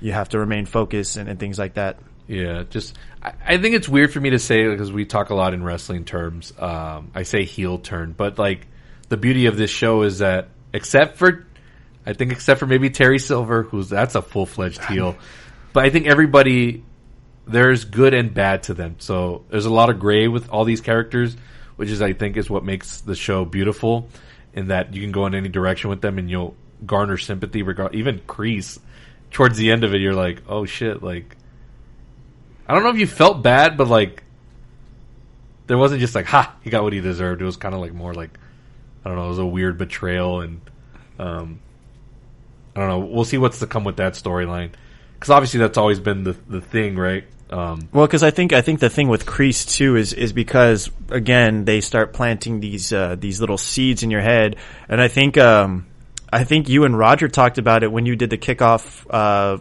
for last year's run with the episode with the kickoff of season 3. And he was kind of explaining, like, don't do this, like, don't make me feel emotion for Kreese, like he's supposed to be the bad guy because they're showing like his past of being in the war. But there's also like those little subtle things in season 4 where he's starting to question Silver, and then he's showing a lot of, you know, compassion for Johnny Lawrence, and he's always kind of stepping in and like, or like at the end where he goes, no, we don't need to cheat. Just, you know, do do what you feel is right, or just, fight with your all, or something to that effect. I don't remember the exact dialogue, but it was that scene where Tori was kind of conflicted, and she goes up to both of them, and Kreese ends up being the level-headed one of the two and just gives her the best sounding advice. So there are those little pieces of like, okay, Kreese is kind of starting not to look like the overall villain here, whereas Terry Silver is like the total Willem Dafoe of the entire season, kind of like he was in. His character has not at all changed since the third movie. Oh, yeah. Again, it was total Green Goblin. Cocooned. Yeah, he was hiding. That's another thing. Like, I was not expecting, but I was like, oh, I'm expecting this character to just pick up where it left off. But no, they gave you subtle hints like, oh, maybe he's changed. Maybe he's. But the brilliance of the Terry Silver character and why I think he's a top 5 villain of all time is because it's not of him being like tough or anything like that, even though he can fight. It's the way he manipulates, and that's scarier when he's like a Hans Gruber, like a smart villain that just knows how to get you from within. Like when he antagonizes Daniel, he's like, I didn't make you do anything. Like, I think it was always in you that you're a little hothead. All I had to do was wind you up and let you go. And it's like little things like that are what make Terry Silver just brilliant. And I know I mentioned Robbie was the MVP, but Terry Silver was just show stealing in so many scenes. And of course, in the end, when he goes full-fledged heel. And I like that they left that reveal at the end where it's like, I know what your weakness is. It's Johnny Lawrence. Like, I use that against you. Yeah. It was beautiful, beautiful wrestling work by it's almost Triple H level, like just manipulation and mind games. I don't know. What are your thoughts on Terry Silver and his return? I definitely appreciate them bringing back the original score. Actually, pause. I'm going to step back. Aisha Robinson. Robinson. That's been bothering me this whole time. That's the name of Sam's friend. Okay, so Terry Silver. I like how they kept him. They kept him the same. They didn't really do a whole lot with him. They didn't need to do a whole lot with him. They kept the original score from the third movie where it was like the little violin riff. That to me, I think also adds into making him more of a menacing villain. Yeah. Because, I don't know if you remember, so like throughout when Hawk was kind of turning into, when he was kind of starting to become, you would believe he was the main bad guy, or the main heel, how they would kind of, whenever he would walk into a scene, how they had like the menacing, very deep like bass drop where it was like a, kind of thing. It's like, okay, we get it. We understand he's supposed to be the bad guy, but you add that as opposed to, something like a classical musical score where it's like, it's not supposed to be tailored to a bad guy, but it's just there and it works. Just makes it that much more menacing. Still has the same strategy of just throwing his money around and using finances to his advantage. I mean, which why wouldn't you? And then at the very end, got the finally got the aha moment, like the I got you, like how long are you going to keep this over my head? Like I appreciate what you did in the war, but that was many moons ago. That was like one of the funny tweets I saw. I don't know if you know who Mindy Kaling is. She used to do like the Mindy Project show. She was like, man, Kreese is like such a jerk. Like, he gets offended real quick and brings back horrible Vietnam flashbacks. Yeah. That's where you still see shades of like, man, Kreese is like, I think Kreese is just an asshole. Whereas like Terry's a villain. Like that makes sense. He has a grand plan. Kreese is just that bully in high school, like that just never got over. Like, I'm the tough guy. Like, you want to pick a fight with me? I'll fight you back or whatever. So that's the assessment I got out of it. Is that when I started thinking about both of these guys, I was like, man, Kreese is just an asshole. Terry is the real villain, the snake that you need to worry about. And I think they executed that perfectly. I know you mentioned you revisited the movies as well. Is there anything about Karate Kid 3 this time that stood out for you more? Or I don't know what your thoughts are on that movie just in general. I like it. There's a lot of people that hate that movie and it doesn't work. But I stand that movie. What are your thoughts on Karate Kid 3? I don't have anything against it. I mean, yeah, there were certain moments, especially when he brought in the what is it, the bad boy of karate, Mike Barnes. Yeah, Mike Barnes. Him running around in his goons. There were, some moments that were total cheese and cliche, but I mean, is that not the essence of like late 80s, early 90s movies? Right. So I'm not going to give it a knock for that. There are a lot of little things, and this doesn't just apply to the third movie. This is pretty much throughout the trilogy that they kind of plug into the series. And I appreciate how they throw those little subtle hints to kind of like pay homage or like, reference to the trilogy without making it like a total focus point. So the line of dialogue, when was it? When, I stand corrected. It wasn't the third movie. This is actually back into the first movie when, he's talking to, I think it was a scene, I can't remember when exactly it was, but it was Daniel LaRusso, and he was talking to like one of Allie's friends. And they had revealed like, oh, she's not with Johnny Lawrence anymore. Like they broke up weeks ago.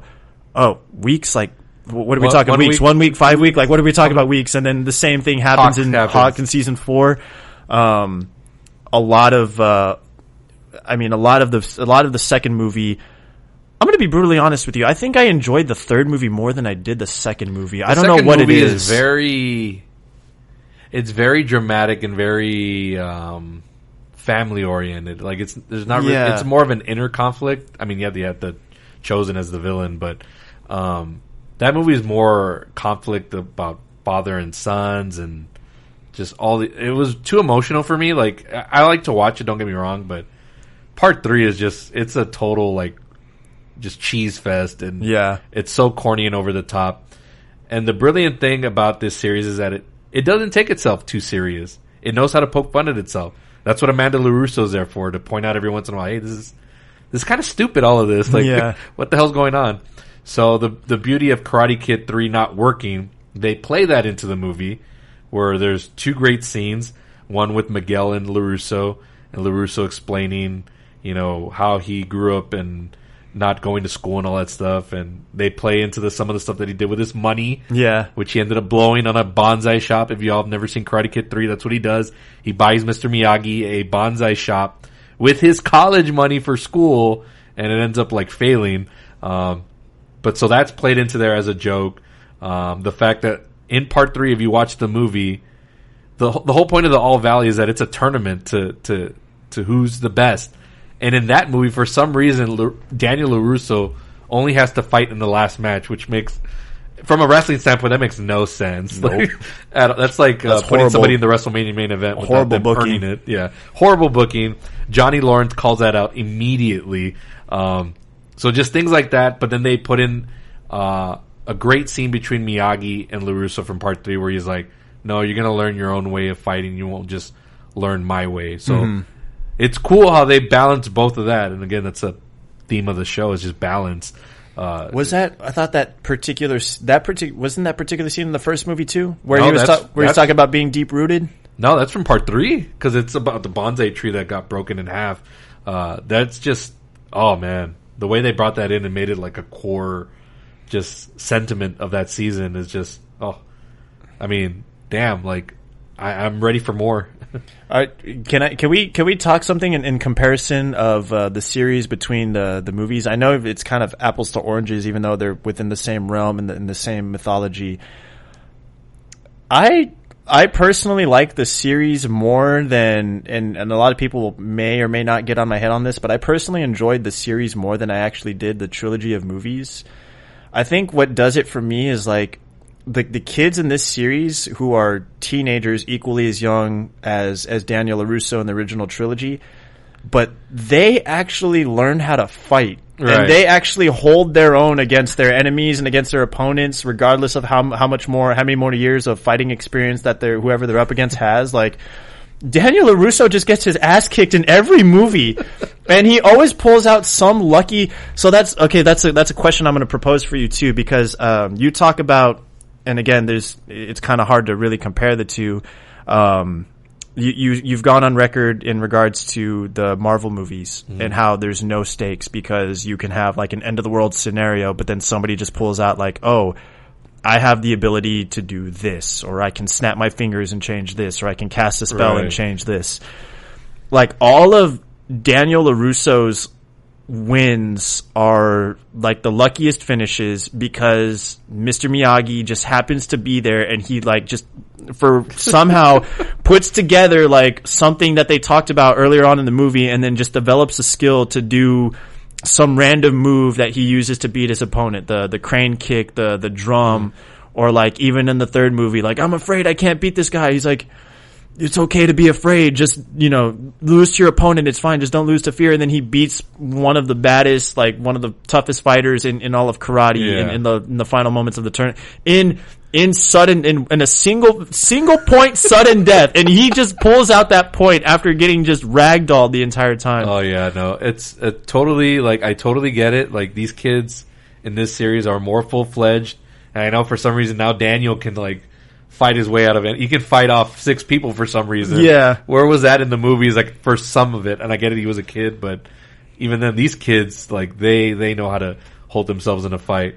But it's perfect that you mentioned that, because Johnny Lawrence actually calls this out, and I want to talk about this because this was my favorite episode of the season, Match Point, which I believe was episode 4 or 5, something like that. And Johnny Lawrence says that, like, you think just because you got 1 point over me all those years ago, that you think you're the better fighter than me. Like, no, like 10 times out of 10, like, I'll whip your ass or whatever. So they have this whole thing to set up to them, like, finding like a fight to the finish or whatever. But yeah, this kind of arrogance that grows in LaRusso, like, that he thinks not only his way is right, but that he thinks he's the better fighter. Yeah. Which probably not, if you really think about it, even though there's shades in the show that make you think, like, oh, you can fight off anybody. Even fights Kreese. Yeah. I didn't even buy that, but whatever. But no, yeah. Again, because of a lucky technique that he learned 5 minutes ago in the show when he went to Japan. Cause So with things having stakes, do you think that the movies would have had more weight to them, or do you think the movies? I don't know. I don't necessarily want to say would have been better, but let's say in the third movie, like Mr. Miyagi, he goes into the Cobra Kai dojo, and he takes on, he handles all of the business. Every time Daniel LaRusso's getting bullied, he just goes in and fights 3 guys, 5 guys all at once. Yeah. Let's say in the third movie, he got jumped by Silver and Kreese, and he gets hospitalized. See, so that would have made that movie better. So he can't be at the tournament. So now Daniel LaRusso is forced to fight on his own and just kind of figure things out, or he loses his title. Like, see, right there, you improve that movie like 100 times. Even though I love it, but I love it more because of Terry Silver, because that character still works regardless. But yeah, that movie has complete bigger stakes if you do something like that. But again, the movie's very generic if you think about it. But it's just that if you don't have Terry Silver in that movie, it doesn't work like at all. Right. Like, he's the brilliance of it. But yeah, no, it's hard to watch at least the original now with everything that's happened with Johnny, like, to look at that movie and be like, and really root for LaRusso all the way. Be like, no, like, now that you've seen the whole spectrum, like, that movie's like completely different the way I see it. I don't know, has that changed for you? No. In rewatching this stuff? Well, no, simply because, we talked a little bit, I brought this up off air. I completely had forgotten how quickly paced, even though you mentioned it in your 90s spin-off series, how, like, these movies, they just go. There's not a whole lot of time spent on building up everybody's backstories or making sure that everybody fully understands where these characters are coming from. It's just hit the ground running and go. And it works, believe it or not.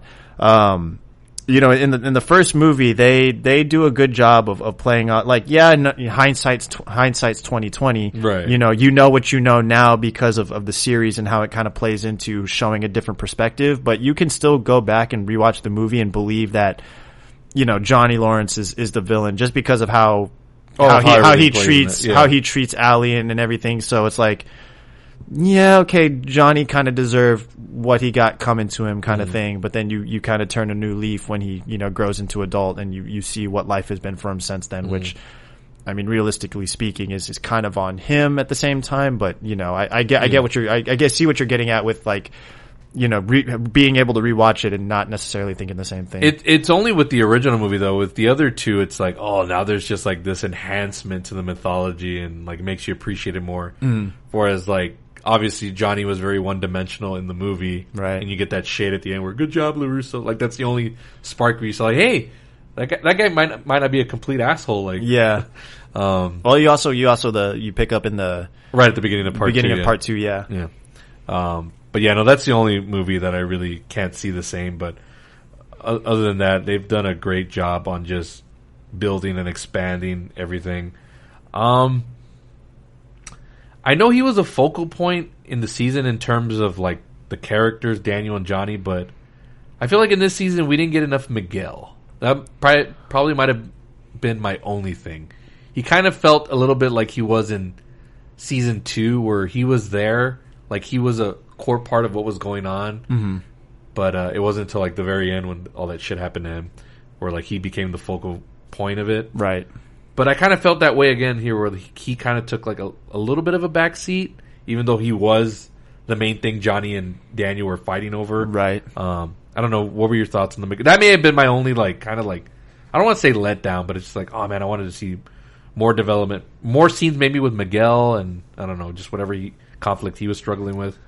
I'll be 100%. Up until you brought it up, I actually didn't even bother to notice, so I don't have too many thoughts on it to be honest. Now that I'm thinking about it, I think that probably was the right move to make, because they've already spent so much time on him in the first couple of seasons. I get that. And they're kind of building it up to, I think that's the direction they want to take, is they're kind of building it up for the next season to focus on his journey, going to try and find his dad, since nobody else has a dojo but Cobra Kai.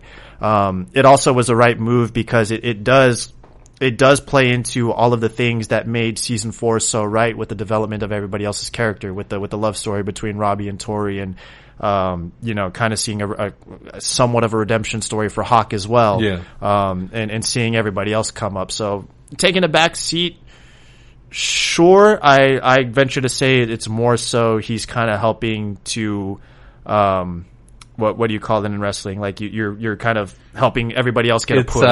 It's like AEW, right? Like Kenny Omega's not there right now, but they haven't lost a beat because there's like all these different stars that you can plug into the main event scene or shift focus onto here. So I guess, yeah, you convinced me out of it. Not that I'm disappointed, but it's like, okay, cool. Like there's not that much focus on him, but we got this cool like story going on with Robbie. Yeah. Whereas in the previous season, he was kind of like shifted over to the side a little bit.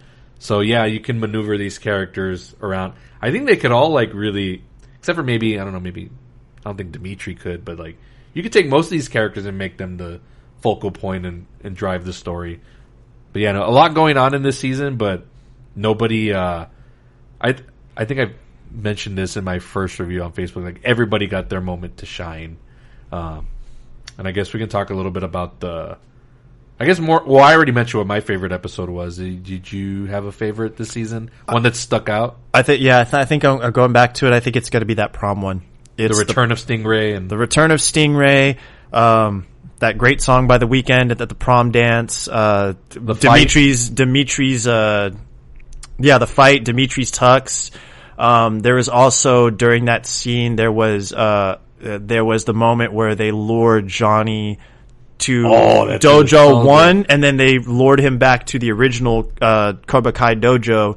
And did that kind of remind you of Karate Kid 3 a little bit in that scene where Daniel LaRusso goes back in? Yeah, I was like, was that a nod to that? Kind of, sort of. Although only it went the other way around because they kicked Johnny's ass, right? Because the villains came out on top in that fight. Well, no, because there really wasn't like a big reveal. Right. We're kind of like in the third movie. It was like the big reveal was like, oh hey, look, there's Kreese. Like he's still alive. He's not dead. He's still alive, kind of thing. I just meant in terms of like tone and like the setting. Like, oh, this is a dangerous situation for our protagonist. I mean, is it safe to say Johnny's a protagonist in this story, or is he still kind of like just a tweener? He can go back and forth. Johnny. Yeah, like what do you make of him overall? Like, I don't necessarily think of him as a betweener. He's kind of just as. Or would you equate him to? We're going to talk a lot of wrestling folks here because it's a lot of similarities. Or would you take him to be like a Stone Cold character? Like, I'm gonna do what I want. Like, I'll kick your ass 1 second, the next, and maybe I'll help out this guy another. That actually is a very fair comparison. That's a very fair analogy. I think I would classify him as that. He's not a John Cena type, clear cut babyface. Like I'm the hero. Like he's flawed. He'll turn on you in a second, or just I'll stun you just for the heck of it because I can. Right, and because he's also looking out for the better of these, for the betterment of these kids. Like he picked up, Miguel pointed it out. He's like, hey, like you can't always be looking for some champion caliber fighter. Like when you plucked me out of obscurity and you turned me into what I am today. Like if anyone's capable of doing it, it's you. So he's got that good mentorship aspect, and he also has the ability to like, okay, you know what, I'm gonna, if you want to get in my way, I'll get in your face, and we'll just knock it out right here and now. Yeah. And also at the very end, even Daniel LaRusso is like, hey, it's bottom line is we're both just set in our ways, and it's not going to change. So we gotta be able to cooperate, and he's completely on board with it.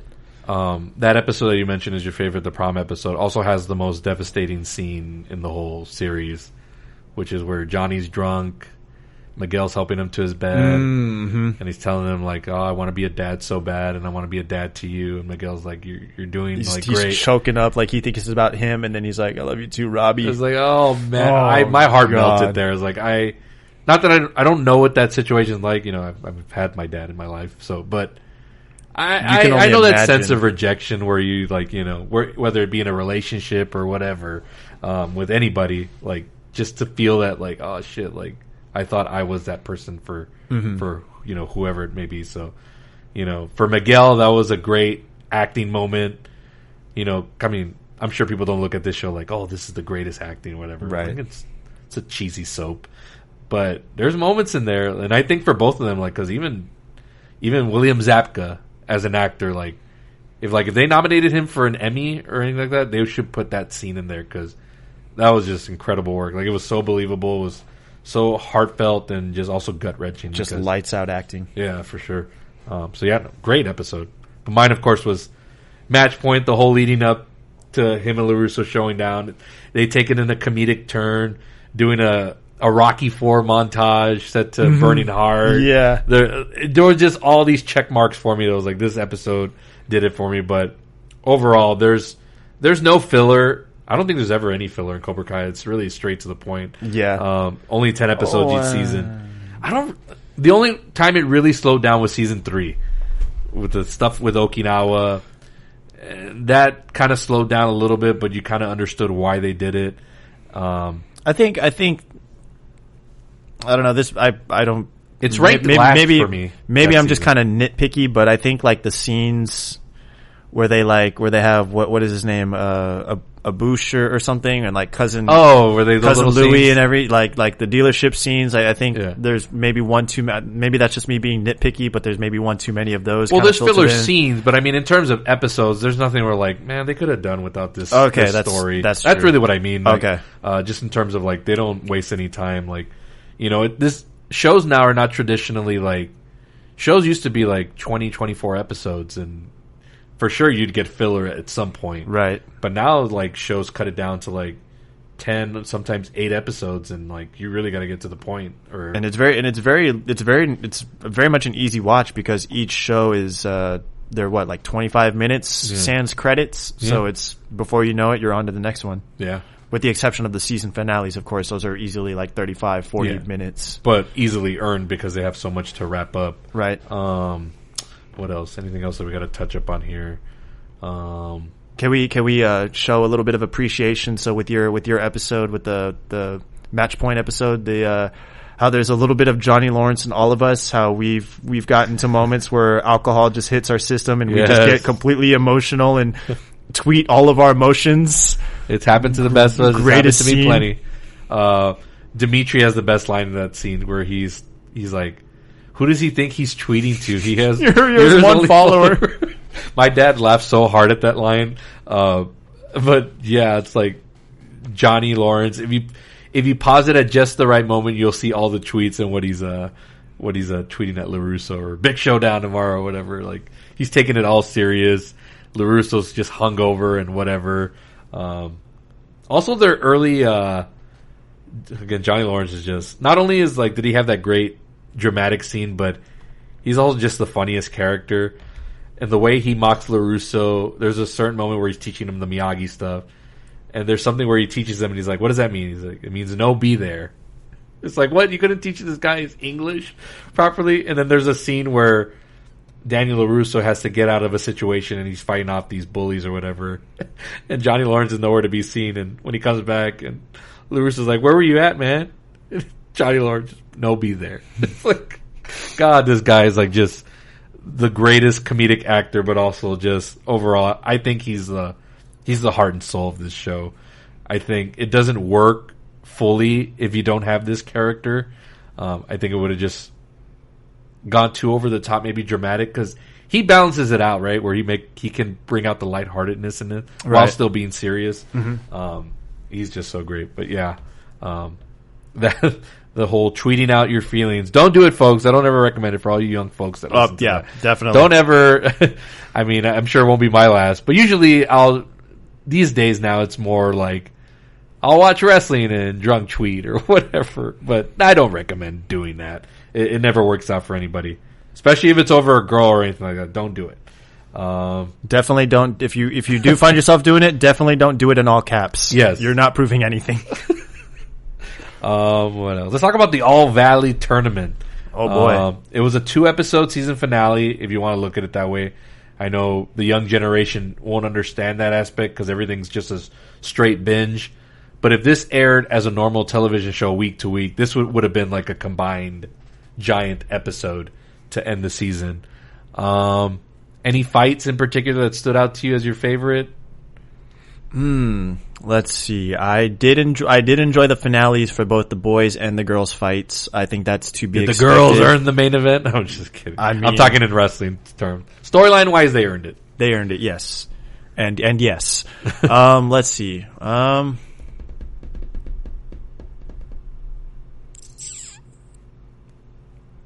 I thought I'm trying to wrap my head around, like, I'm trying to remember all of the fights. Like, we're talking fights without, not counting the prelims, right? Like, not the one, could be anything, like the flash montage, like when the fights they actually focused in on. Yeah, like it was more like where they did the real fights, like the semifinals and then the finals. Okay. Like, who did Hawk beat to get to the final? Or it was supposed to be Miguel. He beat it was supposed to be Miguel, but I think I know what you're talking about. He was fighting that, I don't remember his name, the original bully from season 1, the guy that was on the wrestling team. The Asian guy, right? Yeah. Forgot what his name is. This is going to bother me now. It's a cheap name. It's not some hard name. Hold on, I'll pull it up. I know exactly who you're talking about, and he does a good fight there. Robbie. I guess for me it was more, obviously the Sam Tori fight is just all sorts of great, because you see all these different styles that she's bringing out from Cobra Kai and Eagle Fang. And then you see Tori's like vicious, but also being like sympathetic. Right. So that was a great main event. But the Robbie Hawk fight is also incredible because they're both like evenly matched. Where it's like first Robbie's like, oh man, he knows all the styles, but then Daniel LaRusso counters like, but you weren't Cobra Kai longer. Like, you show him, put him on defense. Right? And they counter each other. They go to the sudden death thing, which they hadn't done since Karate Kid 3. Which is actually earned, which actually makes sense. Yeah. I love that too, that, cause that's another moment where it's like, it really shows that villainous side of Terry Silver, where it's like, they kind of look at each other and give that bow of mutual respect, like, okay, like, you're legit, you're real. And he goes back like, what are you doing? Showing your opponent respect? You're bowing to him? You want to fight him? But that's the brilliance of Robbie too, where it's like, Robbie's not scared of these guys. Yeah. I want to see Robbie fight either Silver or Kreese at some point in the show, whether it be like in a regular, like just like season 3, the way season 3 ends, where they have that just badass fight, like in the parking lot, or just something like not an organized fight. Yeah, I want to see Robbie kick some ass. I'm sure he could hang with Terry Silver, or maybe Terry Silver is going to give a beating to one of these kids at some point. I don't know. Maybe I wouldn't put it past it. I think there's no going back with that character as far as like a redemption. No, he's definitely the goblin of this series for sure.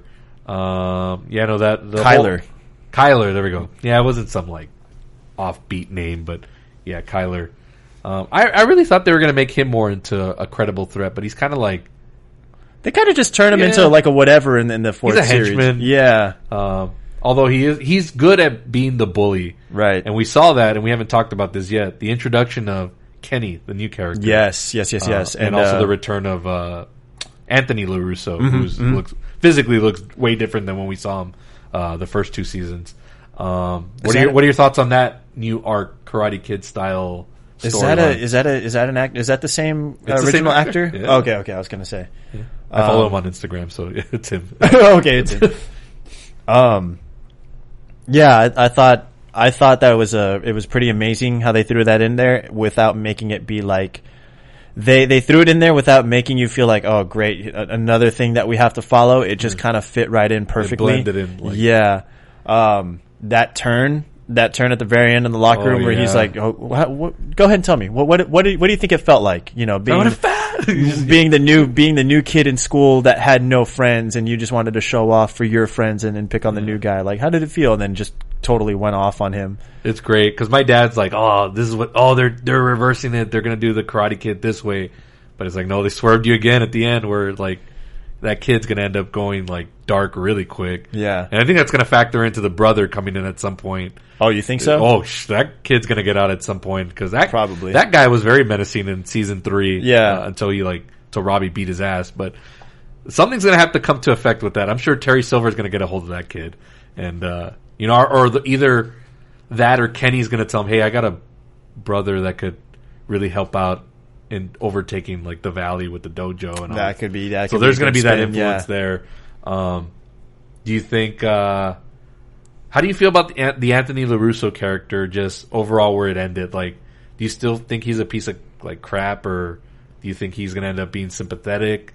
Because even when he got his ass kicked at the end, where like he kind of got what he deserved because after all that bullying he did to the Kenny kid, even though Kenny's the one that ended up going dark, going rogue. Yeah. I'm not just because of that, for those reasons, because his turn was like so quick.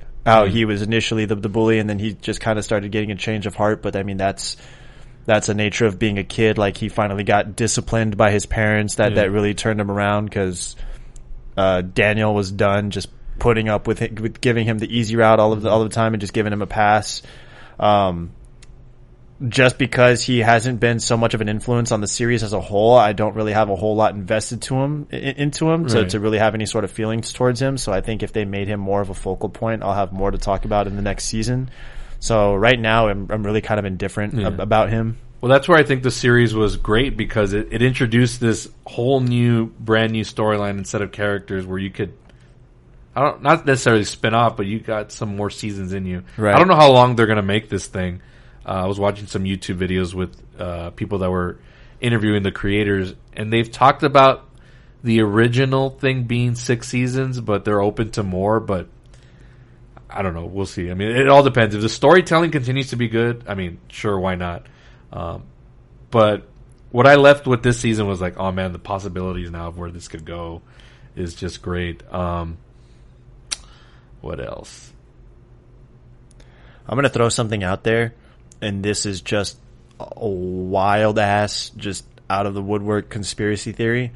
But there's a common theme between Miguel, especially with Miguel, because of how things are turning out for him and what's going to lead into this new season. But it's also like, it's within Johnny too, about how he doesn't remember a whole lot or remember his father. Oh, you think his dad's going to come in at some point? Before this 4th season, I was under because it's not addressed in any of the movies either, so I made sure to pay attention when I did my rewatch of the trilogies. Like, I'm almost under the impression that Kreese could actually be Johnny's biological father, which would also explain why he has so much, like, he invests so much into him and why he feels so much for him, because it's kind of like, I took you in and you were my champion and I believed in you, kind of like, I've been watching you from afar the whole time, kind of thing. Like, just a wild, out of the blue conspiracy. Well, from a soap opera aspect, it would totally make sense.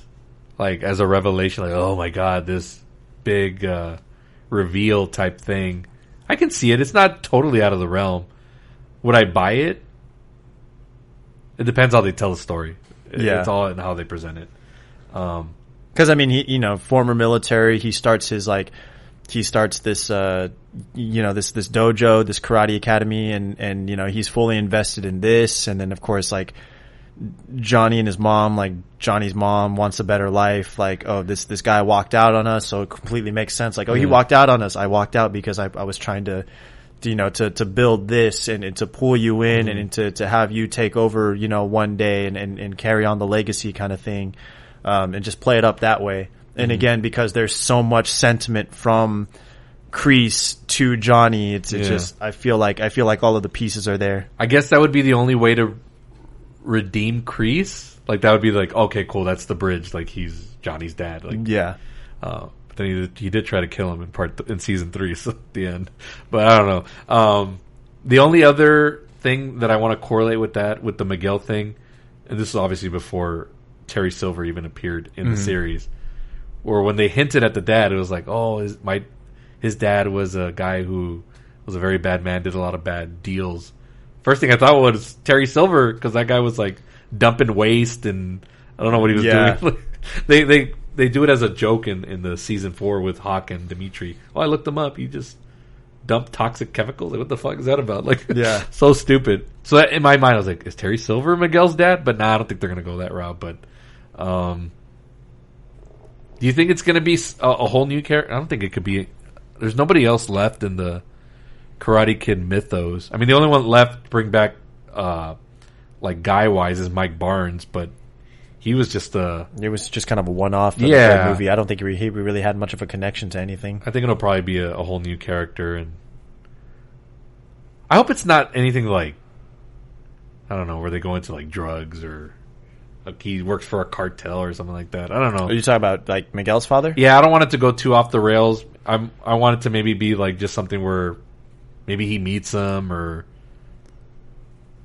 he learns maybe he's not a good guy, or maybe he is a good guy. We don't know. Like maybe Miguel's mom's lying. I don't know. Who knows? Like again, it's all in how they tell the story. Again, I'm excited for it. Whatever it is that they do, as long as the storytelling is good, it's gonna be solid with me. Trust what they've done so far. So we did best MVP. We did favorite episode. Was there? You had mentioned something about the best, who had the best arc in that season. I'm torn by that one because you sold me on the Tori one, but I also like the Hawk redemption arc. Well, not to say Tori was redeemed. She had more just, I guess, growth in character. Yeah, I guess best redemption, or I think Hawk. I would vote for Hawk because you buy it, because it could have. I mean, it could have just been an easy turn, and it's like, oh, he's on the good guy side. Yeah, but no, they were rejecting him at the beginning, and even LaRusso like, motherfucker, you burned all your bridges. Like, what did you expect? Like, they rejected him in the beginning. He lost his mohawk, which was like for the longest time his key point, and lost his confidence. And then his love interest comes back into his life. And why can that ever happen for me, huh? Why can I ever get the girls away? These guys. How come Dimitri gets the girls? Yeah, like the hottest one, like the most popular one in school. Like all of a sudden, just empathizes and like, okay, like. And then it just all of a sudden was like, I kind of don't want anything to do with you. Okay, I kind of feel bad for you. And then now I'm all about you kind of thing. Yeah. Like, wait a minute, what? His love interest comes back and just totally instills a confidence in him. And it's like, yeah, the Hawk was nice, but I didn't like you for the Hawk. I liked what the Hawk did for you and how it brought out all this confidence and made you more of a, kind of made you a better person because of it. And all of a sudden it was like, just turn on the jets from there. Like, I know who I am now. Who are you? I'm the guy who's going to win the whole fucking thing, and just jumps in. I don't think you beat that. I don't think anybody else has a better, it's like a roller coaster almost for an entire season. I'm interested to see what they do with him also, because now whenever they do the tournament again, and I know the creators have said they don't want to do a tournament like every season. Right. But he'll be the one targeted whenever they go back and do it again. Because they're, juniors? So they'll have one more tournament, I think, to do. Well, what is that? What does that mean then, though? Because they lost, so that means they lost the deal, which means they no longer have senseis. Well, I don't know, because they did a full WWE at the end of that season where... help me take down... Yeah, he's like, we're supposed to disband, but nah. I don't honor agreements with men like that. Well, you totally lost the loser leaves town stipulation. You can't just go back on that, but whatever. I could see we're gonna see more, I think, angry Daniel and Chosen and I don't want to necessarily say they're going to be the bullies, but I think Daniel's going to approach things more with a eagle fang karate mentality, where it's like it's okay to stand up and fight. Not everything has to be about defense. I think I could see it being where they're going to spin it to where, kind of like how I want to say it was in season 3. Because you think this next season is going to be more like season 2 and 3, where it was more, I mean, nothing to do with tournaments. It was just all about character growth, right, street fights or whatever. I was going to say I can see it too. I want to say it's in season 3. I can see it being like, kind of a Terry playing the smart game, kind of like how Kreese was playing the smart game when Amanda LaRusso walked in and like was just like, hey, tell your kids stop bullying these kids, and they kind of just have like a quick banter dialogue, and then she ends up slapping him, and then all of a sudden she's like, I'm going to file a restraining order.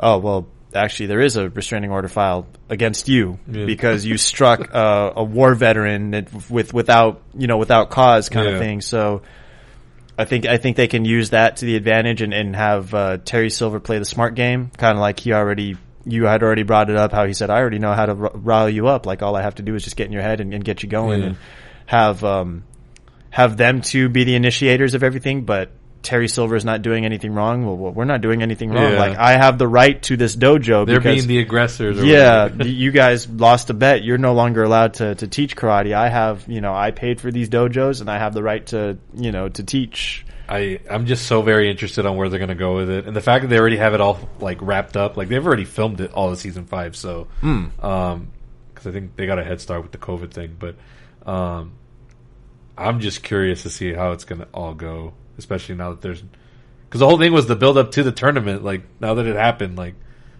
shit, where do you go from here? But that's the brilliance of having those showrunners. Like they know what they're doing, and the fact that they have it mapped out, that's a good thing too. Because they could just be winging this, but no, they have it mapped out exactly how they want this series to end. So it's just taking the different routes that we get.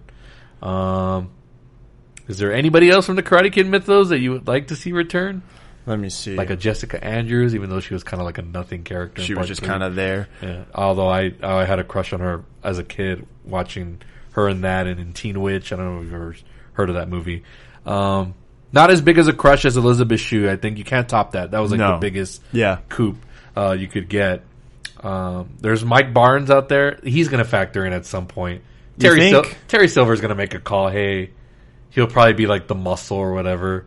Because I want to see him and Johnny Lawrence go at it. I think that would be a good fight. That'd be interesting. Even though they don't have history, but like, Terry Silver could be like calling, "Hey, I'm having trouble with this Lawrence guy or whatever. He won't get off my back or whatever." I'll take care of him. Yeah, actually, that's not outside of the realm of possibility because there was really no resolve to that either. He won the tournament, but it wasn't. Because he flew him out and he paid him a large sum of money to take out Daniel LaRusso, and he wanted steak in the dojo. Remember that? Yeah, and he didn't hold up his end of the bargain, so there was really no follow up to that. Like there was no scene that really showed us any closure in regards to that. Like, oh, you don't get your money, you don't get nothing from me. Like you didn't hold up your end of the bargain, kind of thing. So there is a small opening that could tie into that. The only other one left is, and I know you didn't watch this one, but they could bring in Hilary Swank, who was in the 4th movie, but I mean it's technically canon because it has Miyagi in it. Okay, that's the only other character that's left, because obviously Chosen's going to be there in season 5, right? There's not too many like very. I mean it's not a huge series, movie, like that. But it's going to be interesting to see where it goes, man. And I'm pretty sure it won't drop until right at the beginning of next year. Oh man, we're gonna have to wait a whole another year. It was such a great New Year's watch. I think me and my family were right at the season finale when the fireworks went off because I live right here next to Fiesta, Texas. Right. And it was just a fireworks, so we had to pause it. But it was a great New Year's watch. Did you want to bring up anything in regards to Carrie Underwood and her performance? Yeah. I wanted to talk about how her coming out in that just solidified like how big this show's gotten, like in terms of mainstream popularity. And I'm not a gatekeeper. Like I could easily be like, I was a fan when this show was just on YouTube and nobody like never thought a second to look at it. But the fact that it's gotten on such a bigger platform and like everybody, like all I saw on my timeline for like weeks was about Cobra Kai, and I was like, oh shit! Like I'm so happy that it's gotten all this attention, and this cast is everywhere. Like my YouTube algorithm is like the freaking kids just showing up on all these different like social media, like doing like whatever segments, and it's like, man, they've created like a whole set of new. Like, these new generation of actors, I want to see what they do next, like, post this. Like, like that Tanner kid who plays Robbie, I think he's going to have a good career ahead of him. Like, he's done some stuff. Like, I know the landscape has changed, so you'll probably see him in more streaming stuff, but, you know. Didn't Miguel get confirmed for, like, something with DC, with Blue Beetle? And that was going to be a streamer, but now it's going to be a theatrical movie, so he's got a chance to break out and be a big star. And that's good for the Latino community. I always pull for that. Peyton List, who plays Tori, she came from the Disney ranks, so that's how I knew her, because of my daughters. Like, that's how they got really into Cobra Kai, was because of her. She, I think, is going to have a great career. Sam, I don't know if I've seen her in anything else. I think this was probably one of her first gigs. I'm sure she's done some stuff. But again, this whole cast, Jacob Bertrand as Hawk, he's a good character too, and so they've done a good job in developing. Just like in wrestling, you want to see these companies develop the younger stars, like AEW's doing. They're developing the next generation, and they can continue on this legacy or whatever. But goddamn, they're also doing a good job with the legacy characters. So, especially without, they're doing a good job of implementing them in a proper way as like a compliment to the main story without making them like the main focus.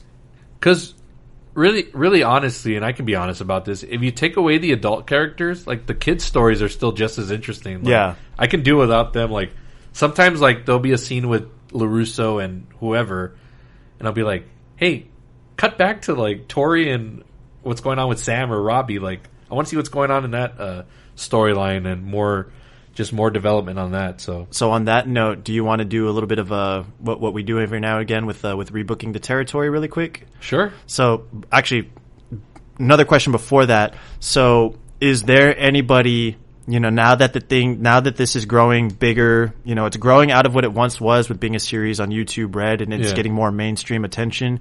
Is there anybody off the top of your head that you would imagine, or not necessarily imagine, maybe not anybody that you would expect, but somebody that you would like to see, like, in the mainstream pop culture world, that you would want to have, like, make an appearance in the like series? An actor show up or something? Yeah, like an actor, a music artist, anybody. Oh, gosh.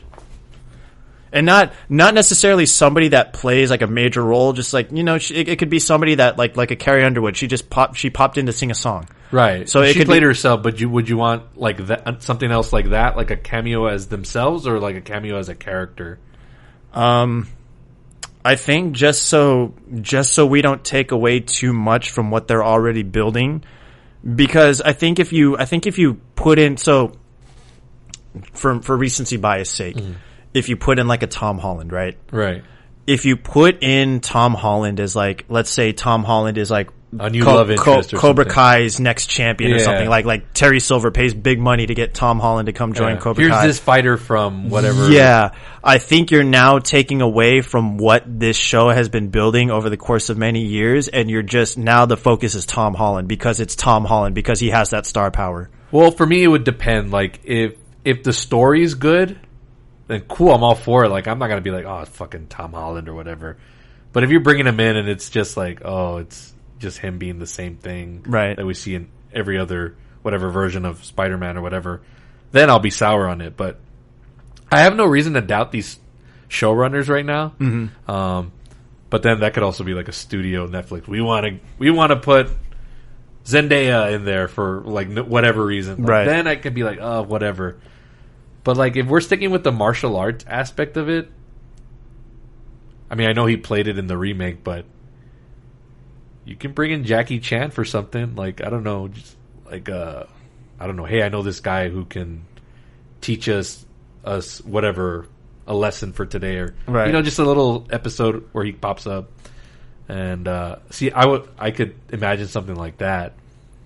But could I see something like Brad Pitt showing up. Like, no, I'm not going to go on a limb and say something. Oh yeah, like that. no, and nothing against not taking anything away from Tom Holland. Like not saying that I wouldn't enjoy him in the show, but I'm saying like in terms of the conversation of the show, like what you're going to see on social media, like the conversation topics are not going to be about the moment. It's going to be about like the person, like holy crap, like Brad Pitt or whoever is in the show, like OMG kind of thing. Well, so it's going to be a little bit of a distraction. Here's what would get that conversation going, but this person is a diehard fan of the show, and you're going to like this one. I mean, I don't know if you've seen it on YouTube, but Andrew Garfield is a diehard fan of Cobra Kai. Yes, I think I've seen it in a couple of interviews. And they did like a video where like the cast talked to him, and he was just like overwhelmed. Like if they offered him something to do in it, like I would be like. It would be distracting because you know who it is, but him being a fan of the show, just like Paul Walter Hauser was a huge diehard of the show before he got casted, and he made it work with his character. It could be something like that, like just something offbeat. I would totally be down for that, and it would get the conversation going. Like, holy shit, guys, Andrew Garfield's in Cobra Kai or whatever. And even then, when I got invited by Netflix to do that special screening of the first episode. Yeah. There was a chat going on the side, and everyone was like, "Where's Andrew Garfield? Where's Andrew Garfield?" And I was like, "What the fuck? Like, why is everybody talking about Andrew Garfield?" But that was like a big part of it because he's like a huge fan of the series, and people are starting to wonder maybe he'll pop up at some point in the show, right? And we all know like he's good at lying, like it's he's not a part of something, and he's got a lot of momentum swinging in his favor now with everything going on. So. No pun intended there. See what I did there? But yeah, so something like that, I'd be cool. Like the Carrie Underwood thing just worked, and the song freaking, it's the song that they use in the original end credits of the first movie. So it just hit a lot of nostalgic feels. For those of you that are into soundtracks, the Cobra Kai season 4 soundtrack's out now, and there's 2 soundtracks. That's how big the season was of just massive scores and of course, the Carrie Underwood song is on there. So, a lot of good needle drops this season with that. The Weeknd, the Rocky IV training montage and nods to that.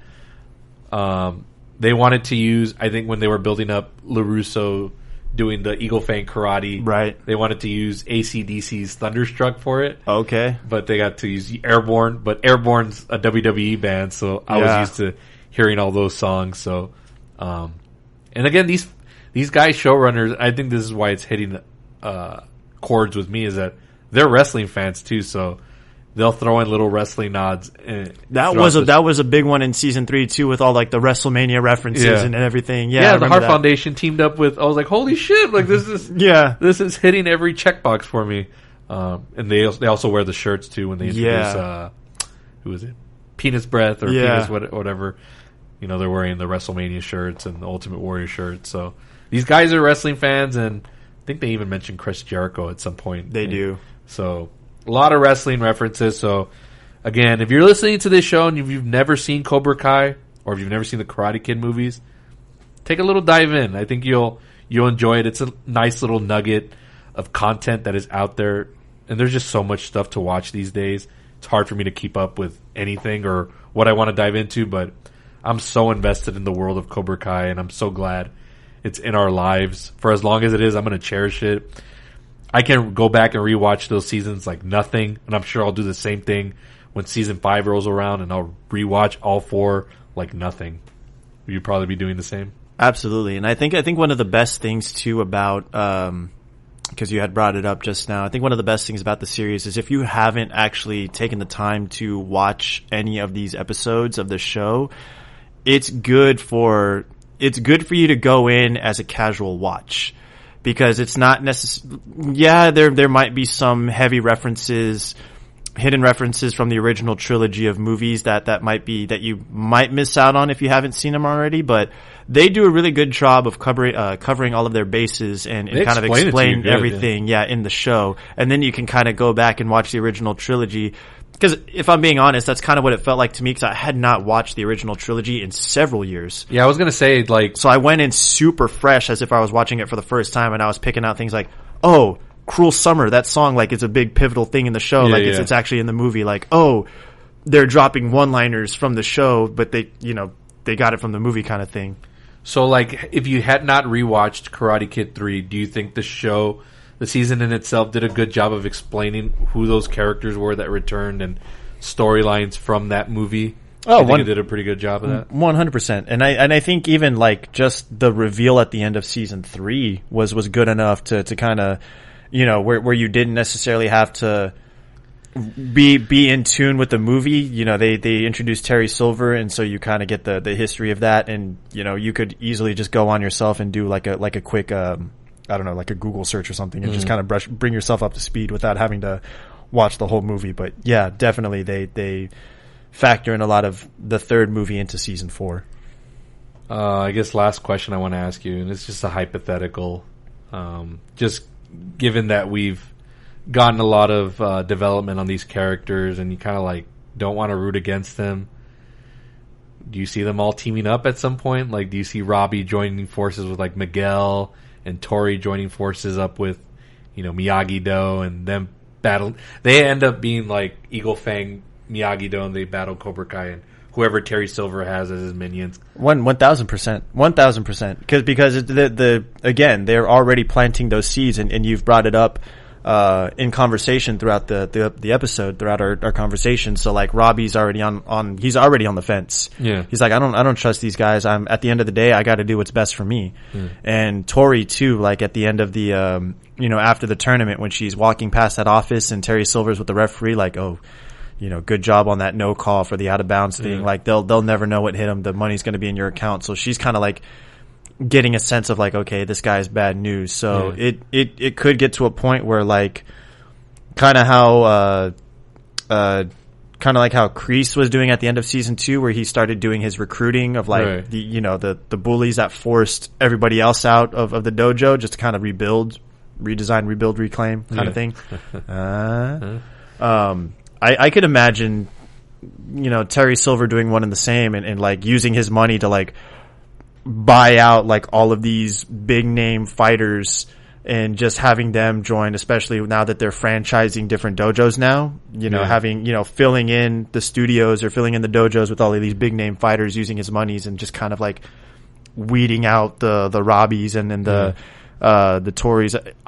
I'll even give a nod to Kyler, like filtering out Kyler. I could see Kyler doing a face turn too, just kind of like, see that, you know, turning a new leaf. Like, yeah, I was a prick. Like, I'm sorry for. But no if you reason. do that, you have to make him like a punchline character. Like, he would be like a jokester, or he would be like Dolph Lundgren in The Expendables. I don't know if you remember that movie. Oh man, where he's the villain, but then like by part 2 and 3, he's the goofy side character. Yeah, I could see that.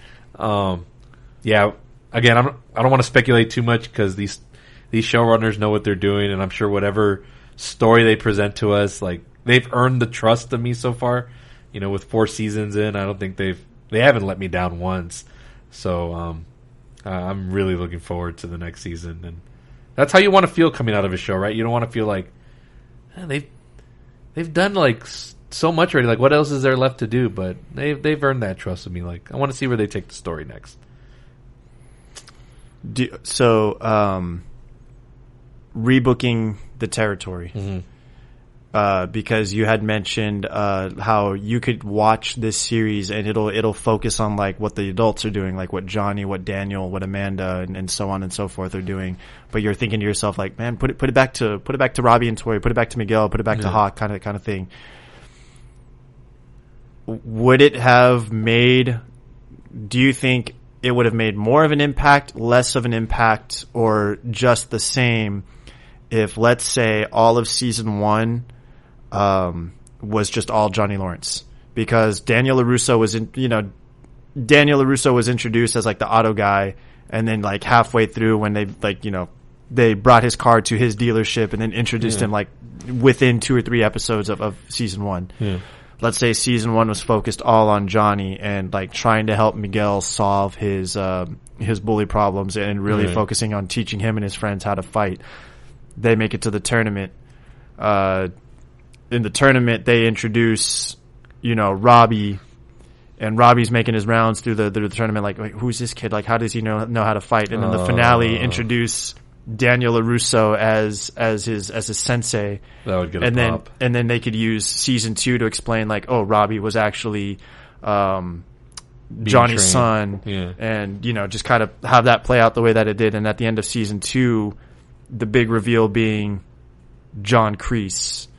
Yeah, so you could have slow burned it like that. So like having each of the adult characters, having the pivotal parts that they did in the show and having it make sense, which they did a good job of doing. But if you could do it that way, where it's like a slow build like that, and like each iconic character is slowly revealed like towards the end or like the finales of each season, would that have been more impactful, less impactful, or just as impactful as the story that they've told? If they did it as a movie, probably, but the way you played it out, like that would have been, I don't want to say more impactful, but it would have been like, oh shit, like freaking Ralph Macchio came back like to do this, like you could say like it could be like the Alley thing, like that was a slow build and they paid that off, like, and you see how that turned out, like that was a great comeback and her resolution to her story with those characters, right?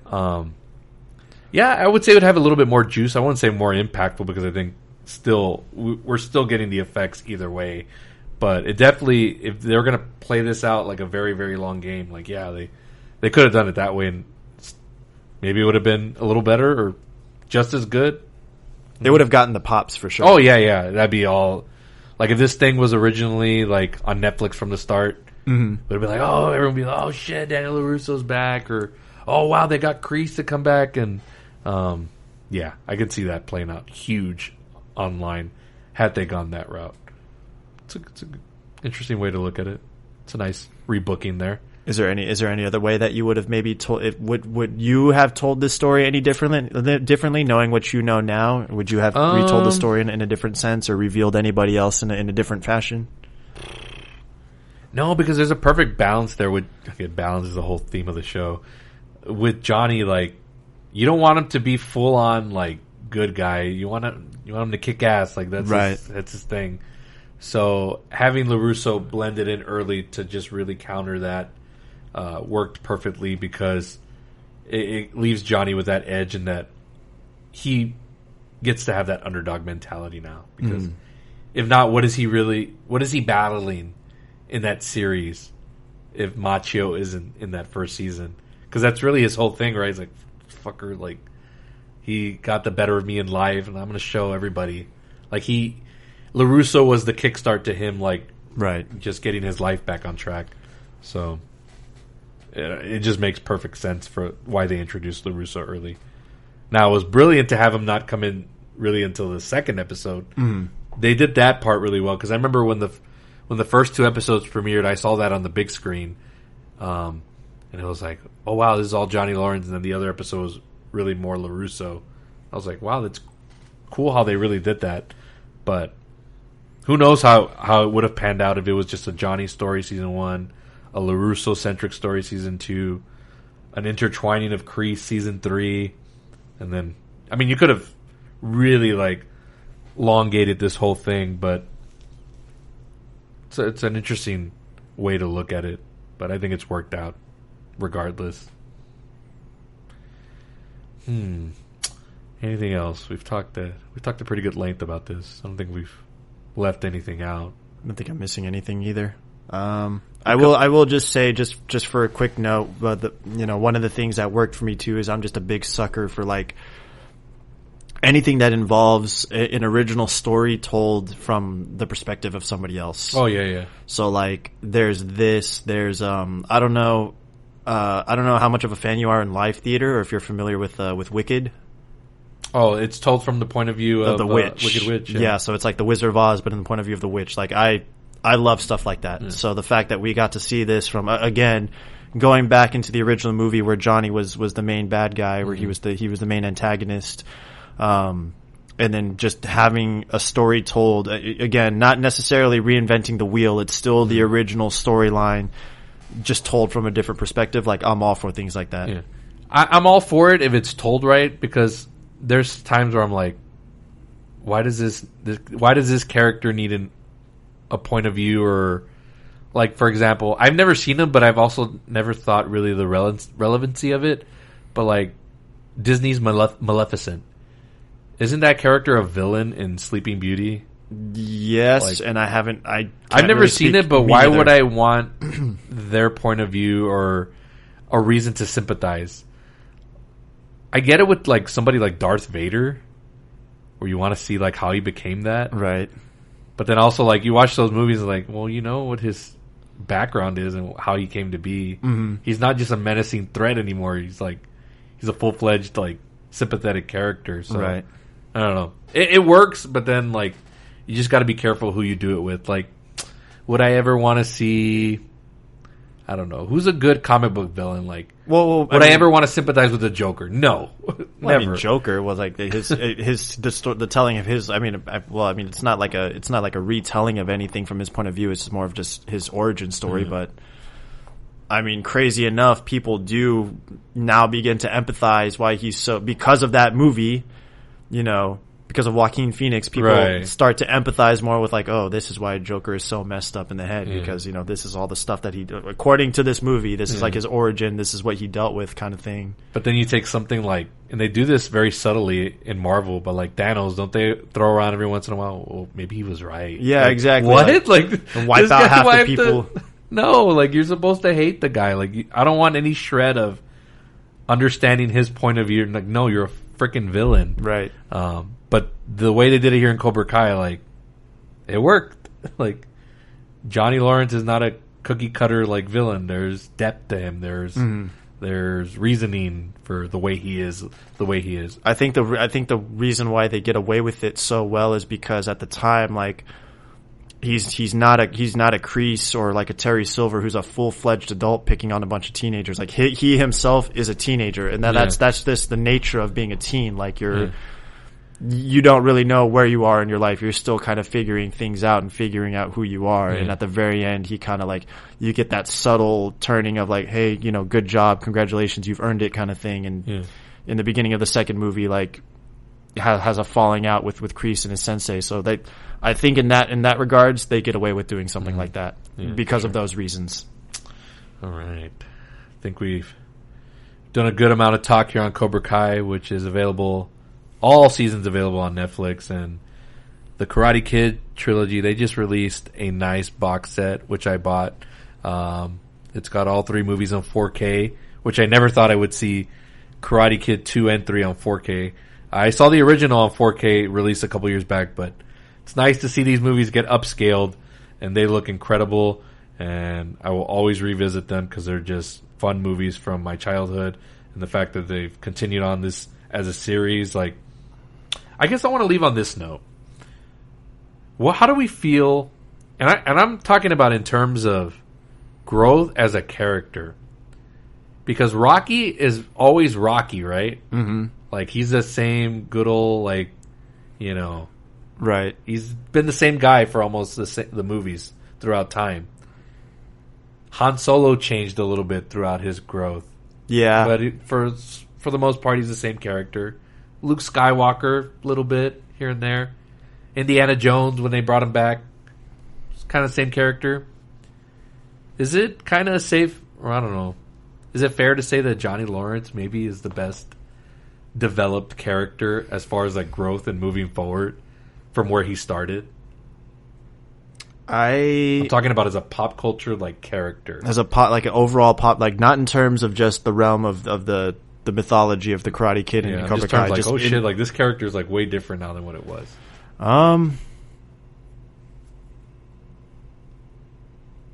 Yeah, but you could also make the argument for Daniel LaRusso too. I mean, because you know he's kind of, you know, he started. We talked about it like in the movies. He was just kind of like he was a wimp. He was a pushover. He was also an asshole in those movies. Like there was always in that a little bit. Character. Yeah, he was a little cocky too. That's the other thing that got me too. Like, how would that have ever worked in real life? In the first movie where he ran into Allie at the arcade and she's just kind of brushing him off because she's mad at him because of. Which didn't make sense to me because why she was mad? Yeah, he was at that country club and he got embarrassed because the dude tripped over him and spilled all the sauce on him or whatever, and he just kind of up and left. And then all of a sudden she's mad at him. I'm like, wait, hold on, did I miss something? Like, how does that make sense? But then all of a sudden, he's trying to be all machismo because, oh yeah, like Mr. Miyagi gave me a car, like I got my license now, like I'm the shit now. Yeah. And then she's like, buzz off, and her friends first of all, her friends step in like, don't you think there's a reason that she would be mad? Like, you obviously didn't stick around, like she sucker punched Johnny Lawrence. I don't think any group of girls, I don't think a girlfriend would ever, one, explain that situation to a guy that's coming on too strong. Two, he runs into her in the parking lot. Hey, slugger, like, how you doing? And then she just kind of turns around and just like all giggly and shy with him. Like, that would never happen in real life. I totally see that. That whole little arc there doesn't make any sense at all. But yeah, the LaRusso character, there's always been shreds of asshole and just hey, man, like, well, again, he's a teenager and he's very stubborn, right? But in Karate Kid 3, you see a lot of it. Like, damn, he's an asshole to Miyagi in that movie. Yeah, like, sheesh. So like when it comes out in this show a little bit more, like him being the successful one and has all the money and the family and all that stuff, like, right? That makes sense. But the Johnny Lawrence character is like, what a revelation. Like, not only is he sympathetic, but he's funny as shit. He's starting from rock bottom. He's empathetic. Like he's good as that, damn, I can be there for you also. Mm-hmm. Bit of a romantic with the way he is with Miguel's mom. What's her name? Carmen? Yeah. And then the way he rebuilt that relationship with Allie and, just owning up to what a piece of shit he was in high school to her. Like, got closure. The way he apologizes to her, like, oh shit, like, that's all believable. Like, the goofiness, like, when he's writing that Facebook story to her and Miguel's like, you're not going to send that to her. I was like, hey, that's totally a Palace move. I would totally write something that ridiculous and I would have to be talked off the ledge to not do it. Not much. You... but just everything about that character is like, how is this not the best developed character through all this time that has passed, considering all these characters that we've had in pop culture? Because Batman has evolved into different things. Yeah. Spider-Man has evolved into different things. But for the most part, at the core, it's like the same character. But Johnny Lawrence is like really changed like throughout this entire run.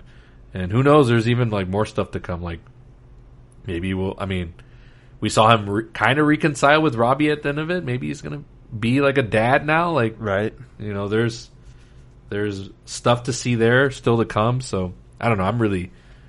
I really think this is just one of the best developed characters in pop culture and evolution and all that stuff.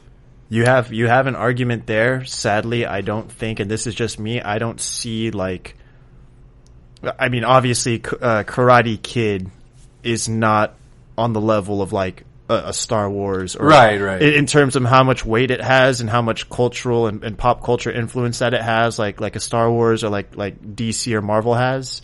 But you play a good point with overall just development. Can you argue now that we've had a couple of Marvel shows on TV and a couple of Star Wars shows on TV? Is Karate Kid the best transition from movie to TV series that you've seen adapted? Or is it still too early to tell? It's a good question. I really enjoyed with what they did with I finally got around to watching the season finale of Hawkeye like last night. Yeah. So I really enjoyed what they did with them, but that's one out of 4? Yeah, 1 out of 4 that Marvel's done, because they did Loki, WandaVision, and Falcon. Our argument could be made with WandaVision too. What was that like? Holy shit! Like every episode was just boom, just kind of hit. Yeah. No, there was definitely a slow build. You kind of have to get past like the first episode kind of before it really starts. Maybe even the second one, for argument's sake, before it really starts to kick off. Yeah, I think this one. I think Cobra Kai really hits the ground running.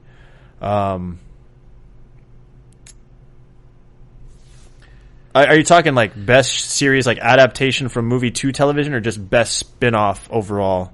Well, I mean in terms of just like expanding it to TV and then just growing the story forward, as opposed to like doing the same thing. Like Hawkeye, like I love it. It's a great show, But it's a lot of the same stuff that we've seen in Marvel projects. Yeah.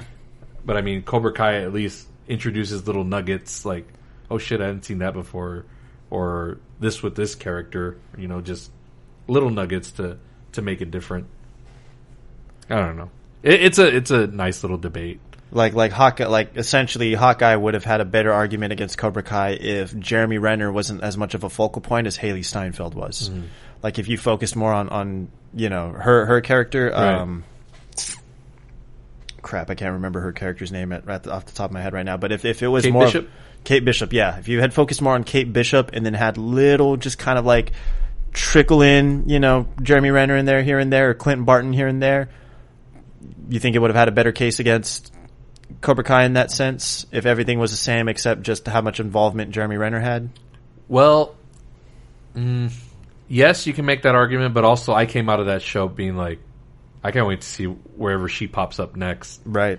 Same thing for the Florence Pugh character. Like, I want to see where those two like eventually pop up together in another movie or whatever the next Avengers or. But that's essentially that's the goal of it, right? Because you want to see, like in Cobra Kai, you want to see where these kids develop into next. So, but see, I didn't feel that way coming out of Falcon and Winter Soldier, or I mean, Loki's like Loki, but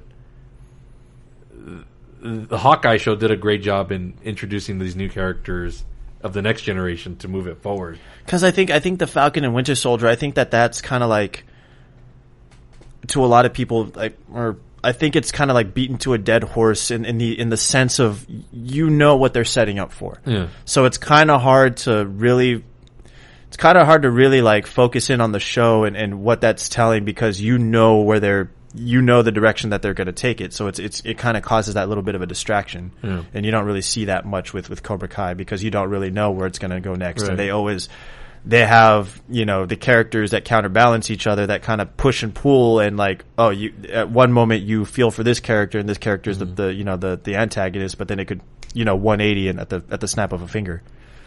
I guess this question can be open-ended and we can circle back to it once season 5 comes around. Because I want to see what this show does when it doesn't have the All Valley hanging as its like end. I don't want to say end game, but like that was the goal. Right. I don't want to see that have as a crutch. I want to see what they do beyond that. And then we could probably revisit this question.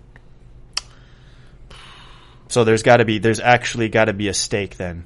Yeah. There's actually got to be, because the stakes were, if you lose at this tournament, you can no longer do something. But there's obviously going to be a continuation, which means they're going to do something. So there's actually got to be resolve, and there's got to be like an actual finale. Yeah, because I don't know if you remember, I posted that tweet from that one of the showrunners who said season 5 will answer the question, what would have happened if Daniel LaRusso lost at the end of Karate Kid 3, because that was the original plan, was to take over the Valley.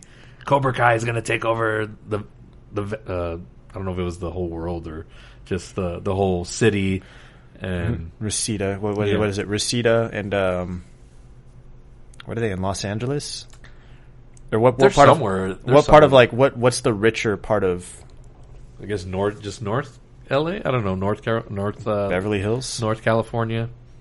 No, it's by the beach. We'll just say that. Yeah, something like that. Right. Well, I think I'm good here on our Cobra Kai talk. I got nothing else. I'm out of the tank here. We stretched it out. It was a good conversation. I'm sure throughout this whole year I'm going to be revisiting season 4 plenty of times. Such a great season. I ranked it as the best so far, so I have it 4, 2, 1, and 3. But not that any of the other ones have let me down, but I'm just saying in terms of what I got out of the entire season, like everybody had a moment like to shine.